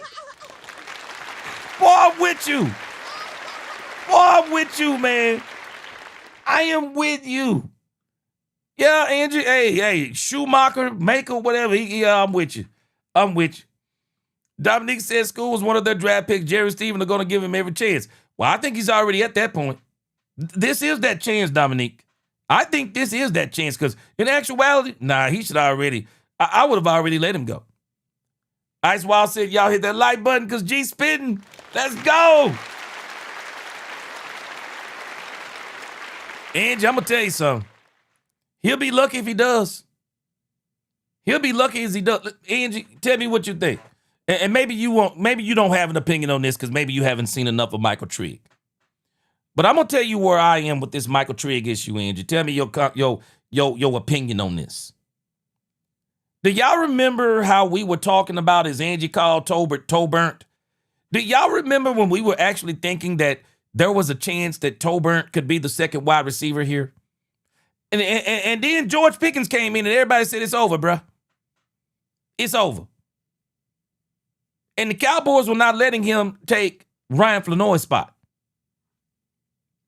I view Michael Trigg as that same type of move. That now that he's in the tight end room, it's over. It's over. Schoonmaker is not the level of athlete. He's not the level of athlete, tight end. Trigg is just on a different level than Schoon. He's just on a different level. Bass said he agrees. I just think it's on a different level. If anything, Angie, and I'm going to piggyback on your second part. If anything, I agree. Yeah, trade. It's going to be a trade issue. Never know. Trade issue. Maybe Dak can get him to a point to where he can be traded, but it's over. Yeah, Ron, hey, when your number called, man, hey, when somebody say when your number get called, bro, shoot, that to me is, hey, that's not an endorsement there. Yeah, he about to be out of here, country field. Shoot, he about to be out of here, shoot. It's over with. Yeah, Tatiana, we about to get to that with Dak Prescott. Shoot, hey, Dominic, I'd have been there to let him go, bro. I'd have found a way to trade him. Angie, hey, you know what I forgot? Angie, you are my trig source. You are my trig source, so I already know where you feel on this. It's over. It's over, Angie. It is over. He's just not in the category with Trig. He just not in he's not in the category with Trig. Trig different level. Good start last year. Where can you guys improve? Every ball gets completed. Every ball that I throw him gets completed. I mean, that's my standard. That's his standard. Yeah, and whether it's deep balls, short balls, whatever it may be, just taking pride and just continuing to push the envelope. I mean, he's a hell of a talent. And, yeah, so whatever. Have you been working on your dance moves? We saw him at Tyron Smith's wedding. We've got Jake Ferguson's wedding coming up. We're going to see that on Instagram. It depends on if somebody's, recording me. That I'm not sure is recording me. Oh! But, I'm always going to have a good time. No. I'm in. I think I'm walking, down. Somebody down. A lot of guys didn't get the invite, so it's yeah, I'm a groomsman. You're a groomsman. I'm a groomsman. I don't know about weddings, man. That might work. That might work. Yeah, for sure. We got you. That's too small. That's backwards. You trying to? Oh no, there you go. Yeah. There you go. Yeah, it fits nice. Fits nice. You can keep that one too. No, I did that because it was expensive for me. Yeah, I'm gonna get me a hat for this season, man. Yeah, I'm about to get me a hat. Y'all got some cowboy hats? Man, we got us a local cowboy place over here. I'm gonna have to go get me I'm gonna have to go get me a couple of hats for the season, man. I'm gonna rock me some cowboy hats. Give me some Tom Ford shades. Oh man, I'm gonna be big pimping when the season starts. I'm gonna be big pimping. Because I am confident that our Cowboys are about to do some amazing things. And you said, I told you, G. McCarthy need to get... Hey, you know what? I didn't even think about that. He might get him. He might get him. Tatiana, you know what? I don't know about you, but I caught what he said about he don't know nothing about weddings. I caught what he said there. I don't know if that flew over everybody's head, Tatiana. But I caught what he said there. Yeah, you caught it too, didn't you, man? You caught it bad. Yeah, I caught it. Lost in translation, said I have a cowboy hat, navy blue and gray. Yeah, I'm about to get me one. I'm be big pimping, man. I'm be big pimping, Tatiana. Be big pimping like Jay-Z. And actually, I'm gonna be big pimping like Pimp C. I'm gonna be big pimping. Because it was expensive. You got to pay for that hat, man. She said that hat costs a lot of money. You got to pay for that hat. Yeah, Texan for sure. There you go. Great Texan. Bouncing off that, what have you thought of the World Cup being in town and just the vibe that it's been bringing for Dallas? And Yeah, just super excited. Yeah, super excited for the city. I mean, all the cities hosting, obviously.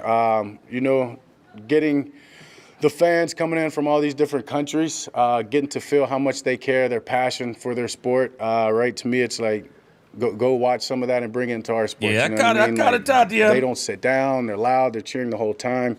It's amazing. Like they're truly a part of the environment of the field. I can guarantee you those players feel it. Those players thrive off of it. They're super excited, right, when they're filling stands and the orange or whatever, right, making it feel just like if they were in their hometown or their home countries. I think it's awesome, and obviously it's great for the city. But I'm super pumped, and I'll have to get to a game. Jack, it's been 2 years since y'all made the playoffs. Does it feel like 20 in your mind? Does it feel like what? Does it feel like 20 that you guys haven't been able to get to the postseason? Does it feel like 20? Yeah, feeling a long time since you've been in it. Oh, does it feel like 20 years? No, not quite. However, yeah, I mean, yeah, you miss it 2 years. Yeah, it sucks, definitely. But we're pushing, and yeah, that's our goal. That's a minimum. When you have a team like this,